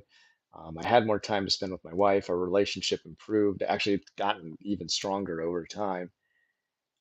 And I was in a pretty good mood. Like I was talking to people again. I was getting out again. Like I was eating healthy, I was exercising, and Dan still stuck with me and still kept trying to contact me. And finally he did. And he said, "What are you doing? Like, why aren't you doing the channel anymore?" And I said, "Well, first of all, like I got depressed and gave up. But second of all, like, what's the point?" Like I said, you got people like, and I actually pointed to these people as like making way better stuff. Like I said, you have people like Paolo in Tokyo is his name or something like that, or Tokyo Lens or abroad in Japan, and they're making like really good stuff. I said, like, my time's kind of over, right, man? Like, my time's finished. Like, the stuff I make is just me sitting in front of a camera. It's garbage. He said, yeah, you're right. They make that stuff, but you still have a different style from them, and people still want to see that. And he's like, they have like a very he didn't say overproduced. I'm saying that. He said they have like a very well produced and like very stylistic and well shot and well spoken way to present Japan. But he said, you have your style, and your style is unique, and you have unique opinions, and people still want to hear that, Scott." And I was like, fuck, really?" And he was like, "Yeah, yeah, yeah, yeah." He's like, "People still want to see the guy sitting in front of the camera talking." Um, or walking, doing the walk and talks too. When I was doing the walk and talk all the time, and I said, okay, I guess I'll give it a try. And then I made one or two videos and like people were super nice, super welcoming, excited I was making stuff again. I got like 2,000 or 4,000 views on like the first day I dropped my return video. And I was like, shit, Dan was right. Like, and like to this day, like he's one of my best friends, dude. Like, genuine good dude. You'll see him come into my comments sometime and drop some fucking hilarious like digs and stuff. Like the last time he was in there, he did a $2 donation. He said, "Here's $2 to delete your channel. Get the fuck out of here," or something like that. It's really funny.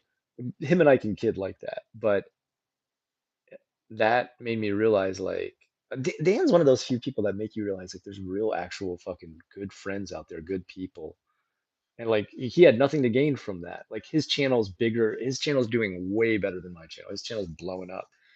And um I don't know, like it made me realize that like you can choose to do YouTube for the money, for the fame, for the clout. And when you find out that that's not going to work out, then you need to choose another reason to do it. And if that reason is to stay connected to your audience and just enjoy the craft of making film, that's still a legit reason. Um, I think that's a resolution a lot of us have to make rather than just completely giving up on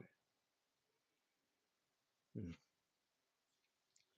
Sorry, I keep going off on these. I want to read all the comments. You guys, your comments are like super interesting, honestly. Like I'm kind of fascinated by this exploration. Um, although I will say, like, I'm confused by his like absolute like hate for Lens for Tokyo Lens. I don't get it. At the end of the day, we got a good ending.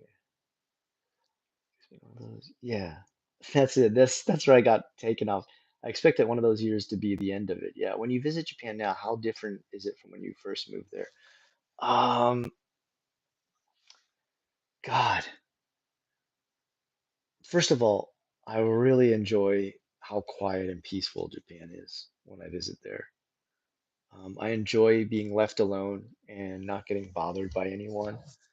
Um, I enjoy not having to talk about anything political whatsoever. No one cares about my opinion on either side of the political spectrum. I enjoy the convenience of walking underneath my apartment and being in a grocery store.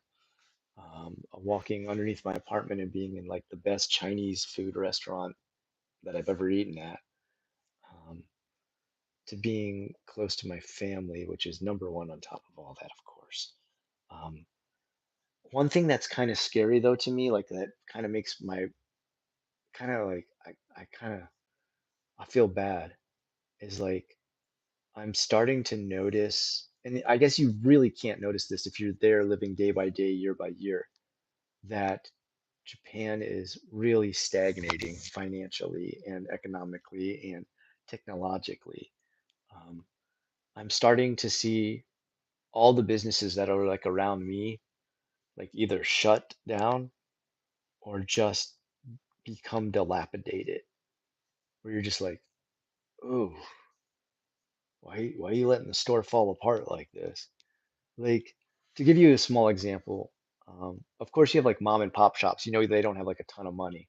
So sometimes when they let stuff like kind of dilapidate and degrade, you think like, if they're not in the red, life's good for like the mom and pop shop. So I understand if like, you know, their store sign breaks, like, you got like a neon store sign and the O on the open breaks and they don't replace it right away. You're like, yeah, of course, like it's a mom and pop shop, you know. Um, but then I remember even when I got back there, there was a climbing wall that like my kids and I would go to all the time, and it opened only 2 or 3 years before I left Japan. It was like 2 or 3 years we were already climbing it all the time, and it looked like fresh and new and stuff. And when I got back after like a year of living away from Japan, I went to go see it again because my kids wanted to go climb it, and it looked ragged. And that was like a big business too. Like they're not like a small little mom and pop shop place. Like they have chains all over Tokyo and Osaka. And it just looked like beat to shit. Like, you've got like the floor mats where if you belay off the climbing wall, you'll just hit like the soft belay mat, and it had like chunks ripped out of it. Like the stuff was like grayed out and kind of like dirty from hands touching it as far as like the climbing wall. And it's supposed to be like really bright and kid friendly. And it was looking like dog-eared and kind of shitty. And I thought like, damn, the economy's bad, bad. Like when even big businesses like this aren't doing like small things like, you know, you get the mats replaced, right? So the place doesn't look like shit, right? You get like the I don't know what you call the things where you like put your hand to climb the climbing wall, the notches, whatever they're called. If some of them get like stained or like so dirty they look kind of gross, just switch those out. But even they're like penny pinching where like they gotta let this place turn into shit. Like it was bad enough where there was like um, the name of the business, like one of the letters was starting to come down, and I was like, yo, you don't want to change that? Like you're a big business. Like people aren't gonna know it's called, Climbing Wall Central or wherever. It just looks like liming. And it's just like, "Oh, really? Even you're letting it go? Oh well. That was one big thing I really noticed. That kind of like heartbreaking to see because I want Japan to succeed. I want to see them fucking. I'd love to see Japan get back up to like the second strongest economy in the world. Now they're dropping lower and lower every year. I think they're the fourth now.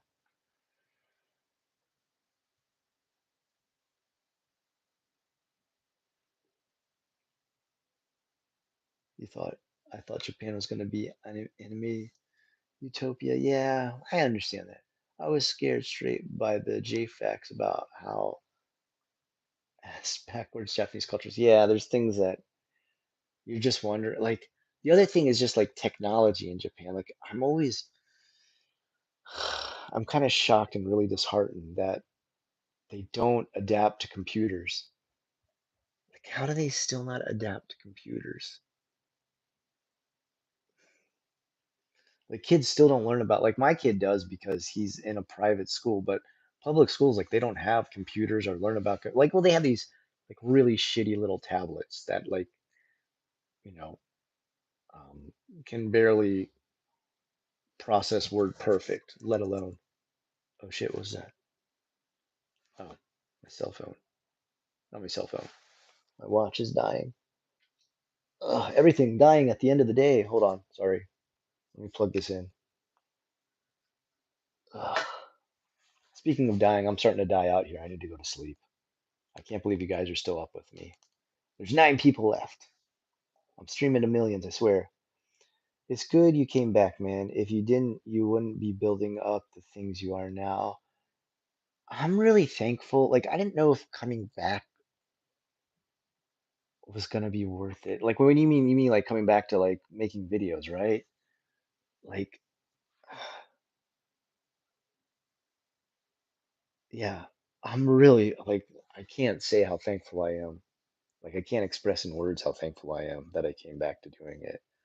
Like, just the connection I have now with viewers it's even deeper than it was before.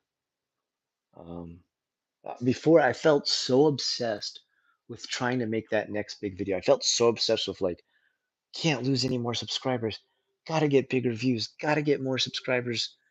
I was so obsessed with that. Like, I look back on some of my older stuff, especially where I'm like asking people like, hey, what do you guys want to see? What do you guys want to see? And like me trying to do stuff outside of like Japan type videos on my Japan channel and like really scrambling to try and hit that next big viewer count.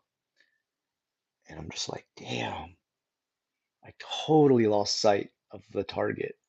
And the target always needed to be, did I enjoy making the videos? Um, did I have fun with the audience? Did I feel comfy with the mood I was setting with my community? Did I feel like jumping on Discord and just enjoy hanging out and talking about the topics I brought up? And that wasn't my focus. I totally lost sight of that. And I feel like having come back now to do it, I'm like, damn, that's what this always needed to be. It always needed to be about community and enjoying the craft. And I'm really happy I came back to do that. It's been so fulfilling. Yeah, man. I remember being just like What the fuck when you made the vid saying you got scammed out of the, yeah, dude. That was another thing that happened all during that time. Like where I finally just like broke off for 2 years. Like that was piled on top of all the things. Late 2010s were a crazy J-Vlog dark age. They were, man. They fucking were, dude. It's because the games for their futuristic game consoles aren't being sold globally. Yo, Tokyo about to go crazy.